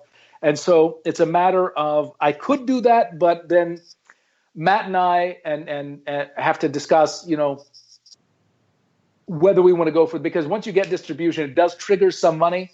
It wouldn't, again, it's not gonna break us or anything. But if we want to, I think we're content with having ended the festival run. But I think that if there are 2 distributors that we can probably get up there on, we won't be able to make it public. That being said, once we had this big plan, we've got 3 films in the tank already, and we should have had 5 by now because we were going to shoot 2 others when COVID happened. We were a week away from shooting a movie that I didn't write, but someone who helped us on one of our films had written a movie called Lost Apocalypse. Joette Marie and her partner Evan Shields wrote a survival comedy, and we were a week away from shooting that when COVID hit. And then there's another script. I was part of a sketch comedy team in Santa Monica when I first got here. And one of the guys I was on that team with, he had written a script that was for me, that was really hilarious and went over. And I always thought would make a very good film. So we had that casted ready to shoot 2 weeks later, and that got canceled because of or shut down indefinitely because of COVID. So that's been a real tough, because I would love to have been using this downtime to edit and have 2 films ready to come out. So right now we've got these 3 films. The collective we formed, Fancy Movies, has got 3 films already out there. But what I want to do once this lifts is have a public screening of everything we've made so far, and then make any distribution decisions that are open to us at that time. Oh no, that'd be awesome. But I'd be happy to send you a link to watch the whole thing, privately. Oh no, I would absolutely love that. I mean, I obviously would have no problem keeping it under wraps, but I would love to see that. But like, there's one more thing I wanted to touch on. My last point that I have, because I know we're going on and on here. Stay Green. It's something you directed.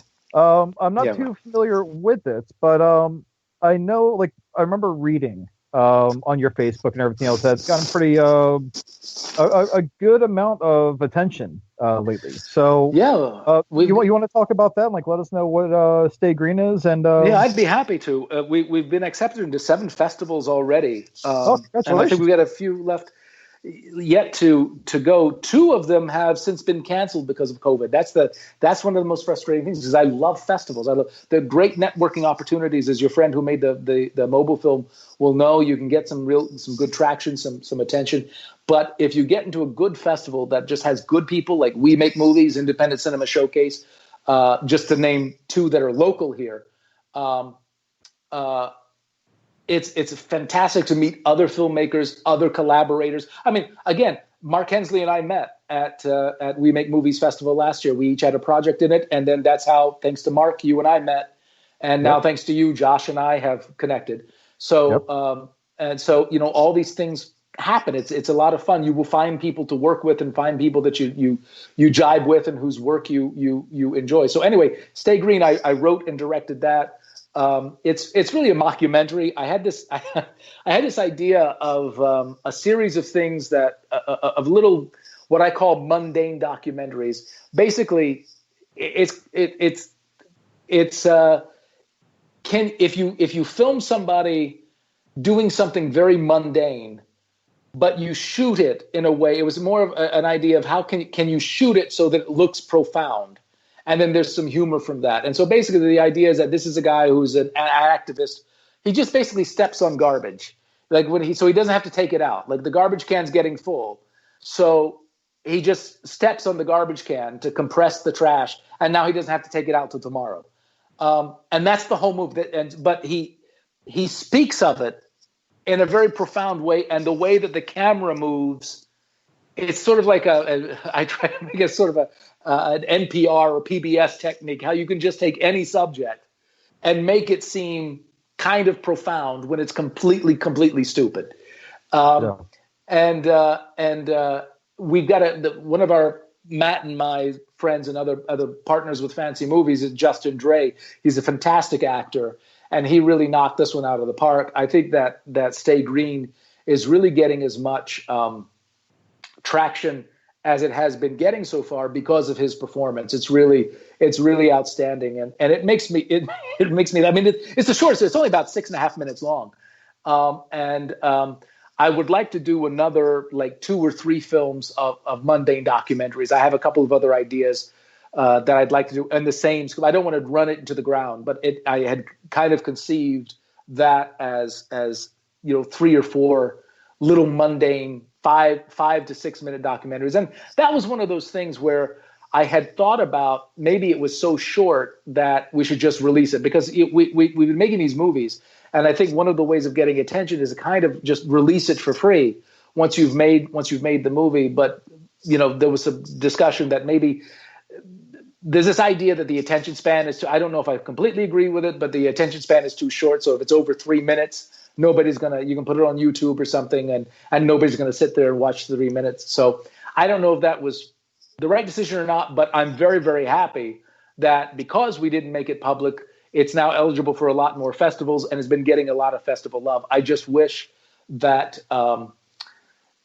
that these festivals didn't have to postpone or go completely online or just cancel altogether. That's a very sad thing. But we just got accepted into the Threadbare Mitten Festival in Lansing, Michigan, which currently is still on. There are two festivals. We got into Portland Comedy Film Festival, which was supposed to happen this summer, but it got pushed. So now it's supposed to happen in October. And the one in Michigan is supposed to happen in September. So I'm hoping that those are still on. And I have a script in something in Atlanta, which was supposed to happen earlier, I think in March. And now it's also supposed to happen, I think, in September. So I hope that stays on. I hope that by the time the fall comes around, this stuff is really behind us and we can get geared up again, because there's a lot of content left to be made that's on the burner. And I think a lot of us are just itching to get out there and just frankly aching. Like my liver hurts that I want to make this stuff really. Oh yeah, no. Well, I mean, it's actually funny because I wrote I don't know if I ever sent this to you, but I actually wrote a script with you in mind to play one of the characters. It was called Homeless Mafia. Oh no, we talked about that. You told me about that. Did we? Yeah. You bought me some sushi when you told me about that. That's right. That was in when we were in downtown LA talking. Right. That's right. Did I ever send you that script? Did you ever read that? Send it to me again. I can't remember if you sent it to me or not. Send it to me again. I think you sent me an early draft, but then people had comments. I think some of the people in the group had comments. So I'm seeing what everyone thought. Well, I mean, I've since then long ago. We were supposed to do so much this past year, but of course, COVID. I remember what the issue was with that. It was the shooting permit. Like there was a law that was passed or something. Now it's going to be a tough thing to work around. Yeah. So because ever since then, there was a permit that the laws were passed in Burbank where Mark was saying you didn't have to have a permit before. Since November, because I was trying to film it right after we got done with Mark's Demand a Lot of Flowers production, where I got to act. That's right, as a cop with no lines. I was going to try to get next on the chopping block, but then everything just kind of hit with those laws, and living a paycheck at this point in time just kind of sucked. So it didn't happen. But it's it'd be awesome to try to get together and do that as soon as possible, preferably. Once all this crap blows over. But my points are pretty much done. Josh, do you have anything, buddy? Well, I could always go for another 2 minutes on the clock and rapid fire lightning round, but you know what? We're about 2 hours in, so I'll probably pass that up this time. Okay. Well, then what I'm going to do is, Brian, as I said earlier, we usually have these recommendations that we do every week. If you have a really good independent film that you recently saw that you really think should be given some attention, doesn't matter where it's posted. If it's on Netflix, Hulu, whatever, if it's an older independent film, if it's something that means something to you that you think is really deserving of putting out there, I would definitely extend you an invitation right now to go ahead and make an announcement about it and tell us a little bit about it and where we might be able to see it. Sure. Well, I have two in mind. One's a short film and one's a feature film. One is it's a foreign movie that I saw at a festival at the We Make Movies Festival last year called Moose. I think it's Croatian or Serbian, I'm not sure, but it's a brilliant kind of tragicomedy about a guy who tries to knock over a bookie, an OTB kind of establishment, and it just spirals out from there. And I remember it being a very brilliant movie, brilliantly acted, brilliant. It's a foreign language film, so it's subtitled, but yet, you don't mind you're reading it. All the jokes land, and it's so good. It's one of those things where you can, when they tell what the joke is in the native language, you're laughing already before you even read the translation. And I think that you would have to Google it. I'm not exactly sure where to find it. The feature, however, it's called Moose 15. Yeah, it's fantastic. And the thing is, I was, when you start getting these festivals, one of the things that kind of gives you a sense of pride is, okay, I've put my project into this festival, it got accepted in this festival, and then you start looking at some of the other movies, and you're like, I am so proud of myself that I got my work into a festival that is showing this. And that happened twice with this movie. It happened, we make movies. And I watched that movie. I thought, this is a piece of genius. And then I had a script accepted into a festival in Mexico, Oaxaca, which I went to last October. And it was in that festival. So I felt like, as long as I'm in the same festivals as this movie, I have nothing to do with this movie. But if this movie and I are getting the same festivals, then I'm on the right track. It makes me feel validated about my work, because it's a really, really brilliant short film. On a feature full-length film, it's one I just saw a couple of months ago, and I posted about it on Facebook, actually. It's on Canopy, so if you've got a library card, you can probably watch it for free. It's called Leave No Trace. It's I don't know if you guys have seen it.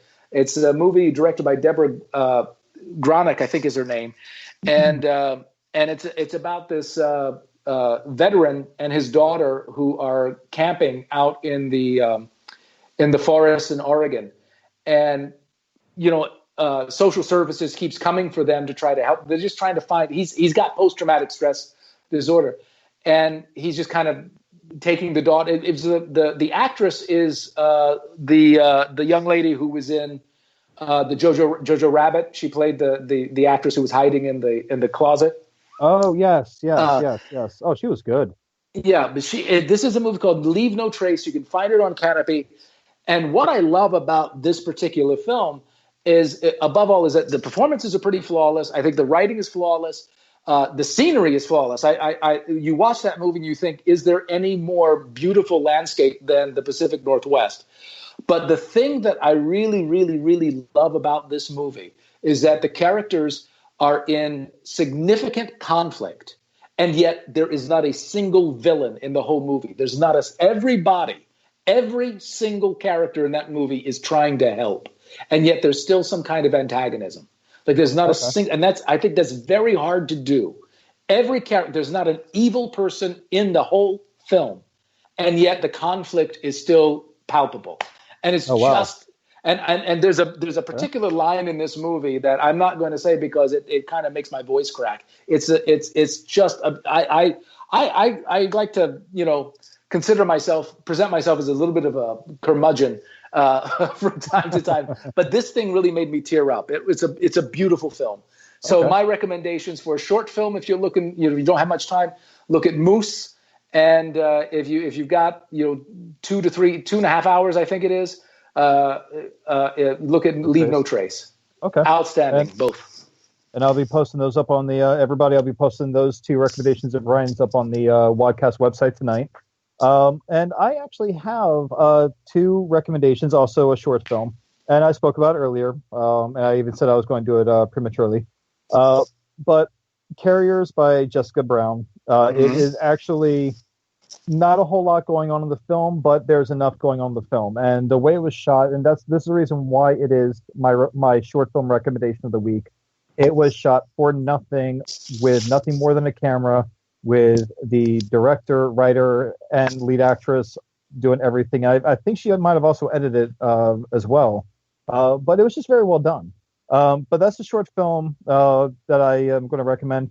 Now, the feature film, I just watched it last night. It's called After Midnight. I'm a massive horror movie buff. And what I was expecting to see versus what I saw were two different things.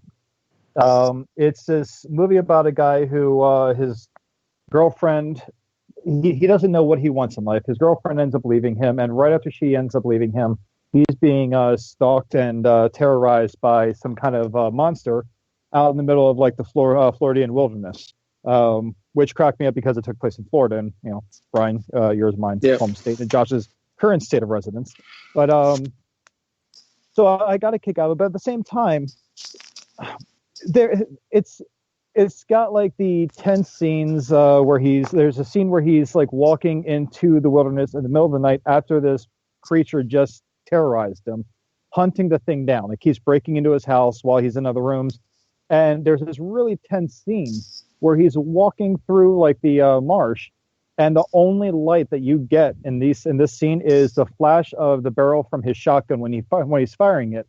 And it's very reminiscent to those old movies where you see them walking down a dark, pitch black room with a camera, and you only have the flash like illuminating the room. It built up the tension, but then he goes into how he misses his wife or his girlfriend, whatever they were, his significant other. And so it's got that heart to it, but then he's also got this one friend that's kind of like this conspiracy theory believing person talking about UFOs the whole time. And it's just, so it also adds like this really awkward kind of comedy, drama, horror, and it just kind of molds it all into one. I wasn't expecting it to actually have the kind of heart that it had, but I couldn't have been more excited to see the film. And I've actually, it's on Amazon Prime. If you guys get a chance to check it out, I definitely recommend it. I'll probably be watching it again tomorrow if I have the downtime to do so. But it's a great film. But guys, those are my recommendations of the week, and Brian's as well. But yeah, so anything closing? Josh, this is where you come in if you wanted to wrap things up.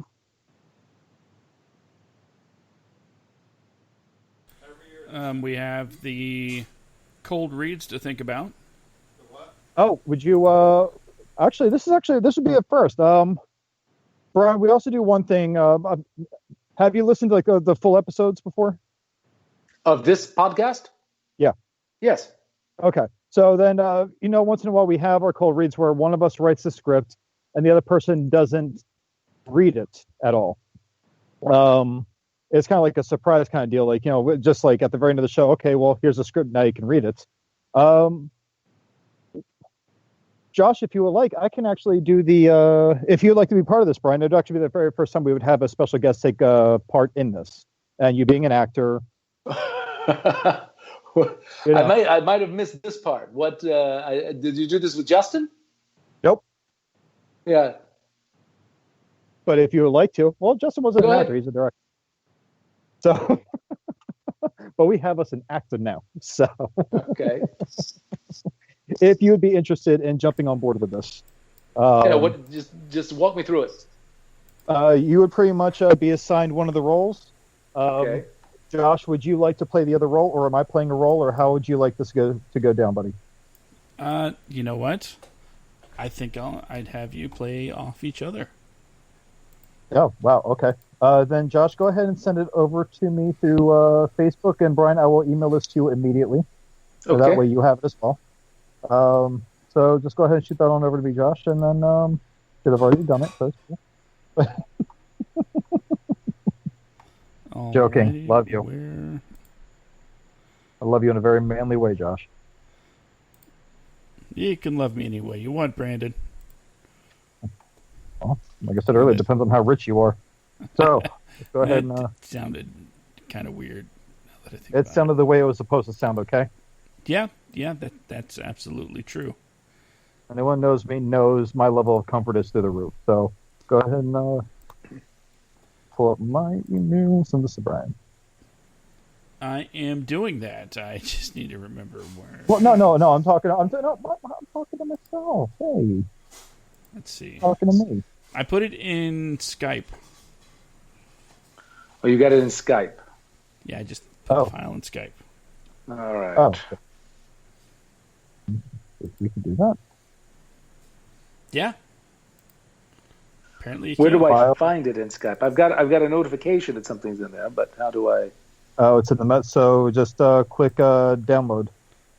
Accept file. Accept and don't ask me again. Oh wow, my phone's bossy as hell. Okay. Accept and don't ask me again. Oh, here we go. It's called The Job. It's called The Job. Yeah, I got. No, my phone just like kind of gave me an ultimatum. It's like I would like to open the file, and the notification I got was accept and don't ask me again, or no. I'm like, oh, wow, okay, fine. Either way, keep your mouth shut. Tone it back All a little right. bit here. Oh, I'm going to need it's small on my phone because, I ditched the Android. So let me see. Can I get this on the iPad? Let me see. Now, real quick, this is more of a playing around with the concept. And I thought, again, as we do on Cold Reads, just hammered through it. Here we go. No second shots. Just Download, accept. I'll let it ask me in 10 again. minutes. Oh. See, I didn't get like a regular accept. It was just accept and don't ask me again, or no. I'm like, oh, okay, I'll accept and I won't ask you All right, again. I've got it. Who do you want to be who? Yeah, Okay. Josh, why don't you go ahead and assign the roles, Mr. Director, sir? Okay, there is the part of Henson, who is conducting the interview, Josh? and Avery, the person being interviewed. Oh, Joshua. I was muted. Oh, okay. Okay, there's the part of Henson, who is conducting the interview, and the part of Avery, who is the one being interviewed. And I don't know if you guys heard this, but this is just something, a concept that I hammered out in a few minutes, and for Cold Reads. There we go. Well, if you did 12 pages in a few minutes, that's pretty good. So, okay. Then who do you my want to writing have? style. I'm more of a stenographer. I know. In as far as writing goes, I don't see myself trying to come up with a story as much as seeing a story and writing down as much of it as I can as it plays fine. out. And so, who do you want to play? Who, buddy? You know what, Brian? You can take the part of Henson, and Okay. Brandon, you are Avery. You going to read the directions, or we just jump into it? I'll read the directions. Okay. Okay. So, everybody, this is Josh's Cold Read script titled Henchman, written by Joshua Chitty. And so, Josh, go ahead. All right. Interior waiting room. The room is half filled with potential job applicants. Avery is sitting in the corner looking over his resume. A sly grin spreads across his face as he notices he's the only one that isn't on the lower side of his 30s and in good shape. An elaborately uniformed individual enters the room and looks around. A screen lights up in the center of the room and Avery's face appears. Avery gathers his resume and heads to an unmarked door. Interior office. Henson is sitting behind his desk wearing a military-esque uniform. The 50-year-old middle management only wears a scowl on his face. Sit. Avery sits quickly. Hi. Shut up. Yes, sir. Shut up. Okay. Shut up. Better. What's your name? What is your name? Avery cocks his head to the side, looking confused. You may speak now. My name is Avery. Avery. Why are you here? I came to inquire about the job. Qualifications? The ad said no experience required. Oh, that ad. Okay. Okay. You're hired. Wait, what? You're hired. I need bodies. You have one. Get a uniform, and a weapon will be issued to you. What? Oh. It was that ad. Oh, damn. Okay. Do you know where you are right now? I thought I did, but now I'm not so sure. Okay, this is the front-facing offices of Mickelson. That name sounds familiar. It should. Most people know him by his alias, Dr. Harmbringer. What? Yes. Dr. Harmbringer? Yes. Dr. Harmbringer. Yes. What? Yes. The job you applied for is entry-level, no experience required. Well, what's the title of the position? Henchman. I'm here to be a henchman. You have the job. Report to room G7 for your uniform. Wait. What? I'm still trying to wrap my mind around this. Oh, well, as you know, there are several entities that would like to shut down the operations of Dr. Harmbringer. Well, naturally. We need people like you to stop them. Like me. Well, no. To be fair, you wouldn't be the one stopping them. You're more like the speed bump the intruders have to go through to get to the tougher guys. That sounds dangerous. All right, it's a matter of perspective. Okay, well, what about my perspective? Then it might sound dangerous. What do I do if Captain Liberty shows up? Fight him. I can't fight Captain Liberty. Why not? He's just like you. Puts on his tights one leg at a time. I don't wear tights. Oh, you will. It's part of the uniform. Okay, I think my differences with Captain Liberty go further than just the tights. How so? The superpowers. Oh, right. Oh, just remember to tuck and roll when you go through the wall. You'll get used to it. I don't know if I want to get used to it. Well, there are certain things you're going to have to be flexible with when it comes to this job. Yeah, I see. It does help if you are extremely flexible. Yeah, and I'm not. No, that's fine. Just remember to relax the stomach muscles before taking the punch. Okay, you're acting like this is definitely going to happen. So I have no doubt that Captain Liberty will be here at some point. We've got quite the project lined up for next week. Okay, so I'm going to be part of a supervillain plot. Being part of might be part of a bit of a stretch. Don't forget to stretch every day. For when I get thrown through the wall. Well, it helps to be loose. I think I just mentioned that. I think you did. Perfect. Now, if you move on to receive your uniform. I just have a couple of questions. Go ahead. Make them quick. I have a room full of people to hire. All right. I'll try. One of my major concerns is being associated with what some might call criminal activity. How do you mean? Okay, so Dr. Harmbringer doesn't exactly have a sterling reputation for being an upstanding citizen. Oh, that's common misconception. A misconception. Can you name one law that the good doctor has broken? He's had so many plans to destroy the city, the country, and the world. Plans aren't actions. Okay, well, what about conspiracy? Well, conspiracy happens when several people prepare to commit a crime. Oh, okay, yeah, so I'm not sure that fits the legal definition of this. No. Oh, are you a lawyer? Well, no. Then shut the fuck up. Fair. All his best laid plans have been foiled by Captain Liberty or other assorted heroes and agencies, correct? Well, yeah, otherwise we wouldn't be here to talk about it. No follow-through means no crime. Well, in essence, nobody here is breaking the law. Then why do you have such high turnover for henchmen? Why do you need to hire so many people? Well, mostly work-related injuries. A lot of heavy lifting is involved in building your regular doomsday machine. By the way, full medical is included on day one. Doomsday machine? You're building a doomsday... Wait. Mm-hmm. Did you say full medical? Mm-hmm.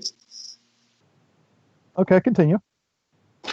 One of our newer recruits took advantage of this just the other day. You're actually taking his job. What happened to him? Shot. He was shot? Yep. Who would shoot a henchman? The heroes don't go around waving guns. Oh, some random good guy. He thought he would do the world a favor and kill everybody here. He failed. Okay, what did you do to him when you caught him? Torture? Death traps? Had him arrested. Thrown in an underground prison? No, we called the police and turned him over. Well, he carried non-lethal weaponry. Not non-lethal? Correct.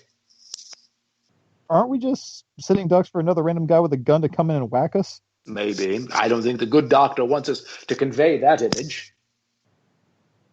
So I guess that means we don't kill.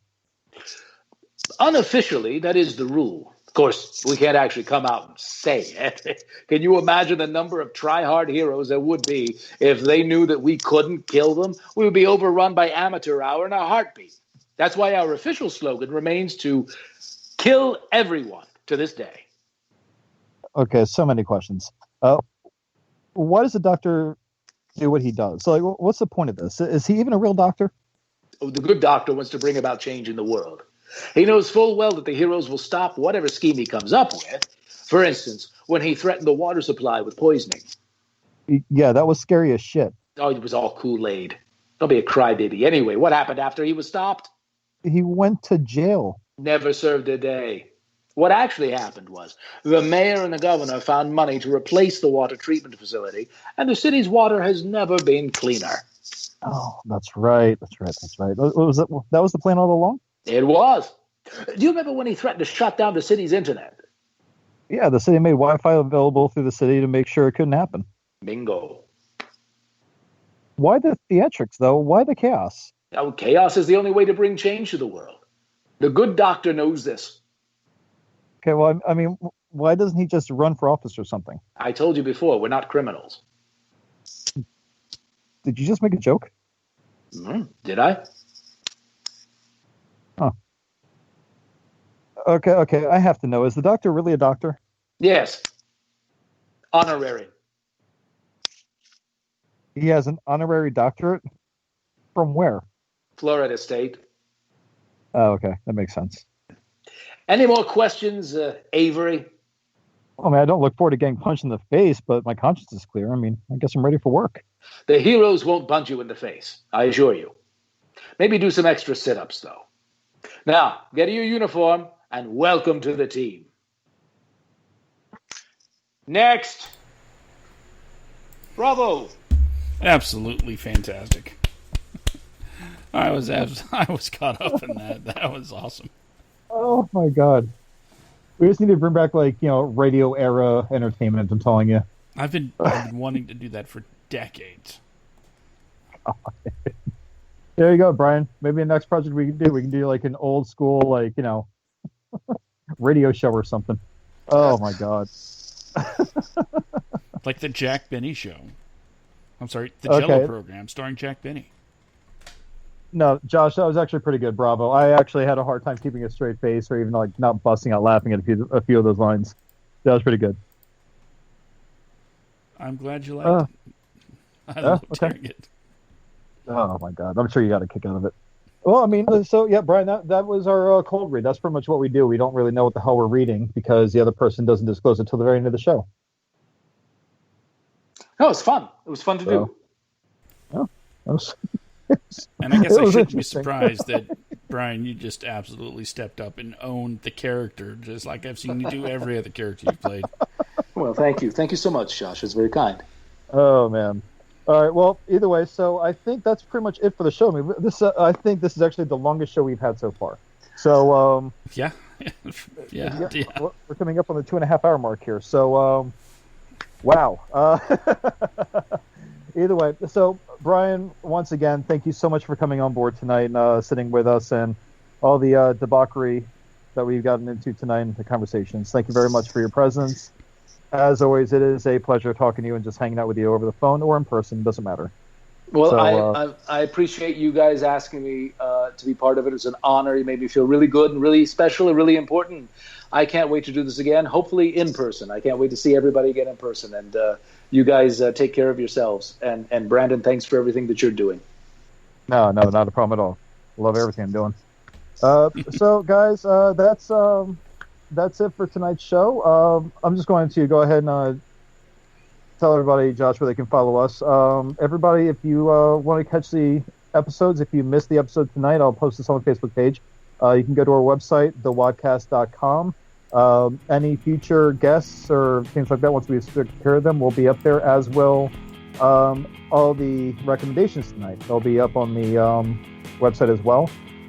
But you can follow us on Facebook, facebook.com/thewadcast, or even on Instagram at instagram.com/thewadcast. So, go follow us and everything else and listen to our magicalness. And Josh, go ahead and take it over and play us out. Well, as always, you can follow Semicore Studios on Twitter at Semicore Studios, and make sure you like the Facebook page for Semicore Studios so you can find out everything that's going on with all Semicore Studios podcasts. In the meantime, we like to go out, telling all of you that the only thing standing between you and your dreams is you. So, knuckle up, get ready, put in the work, and do what you're meant to do.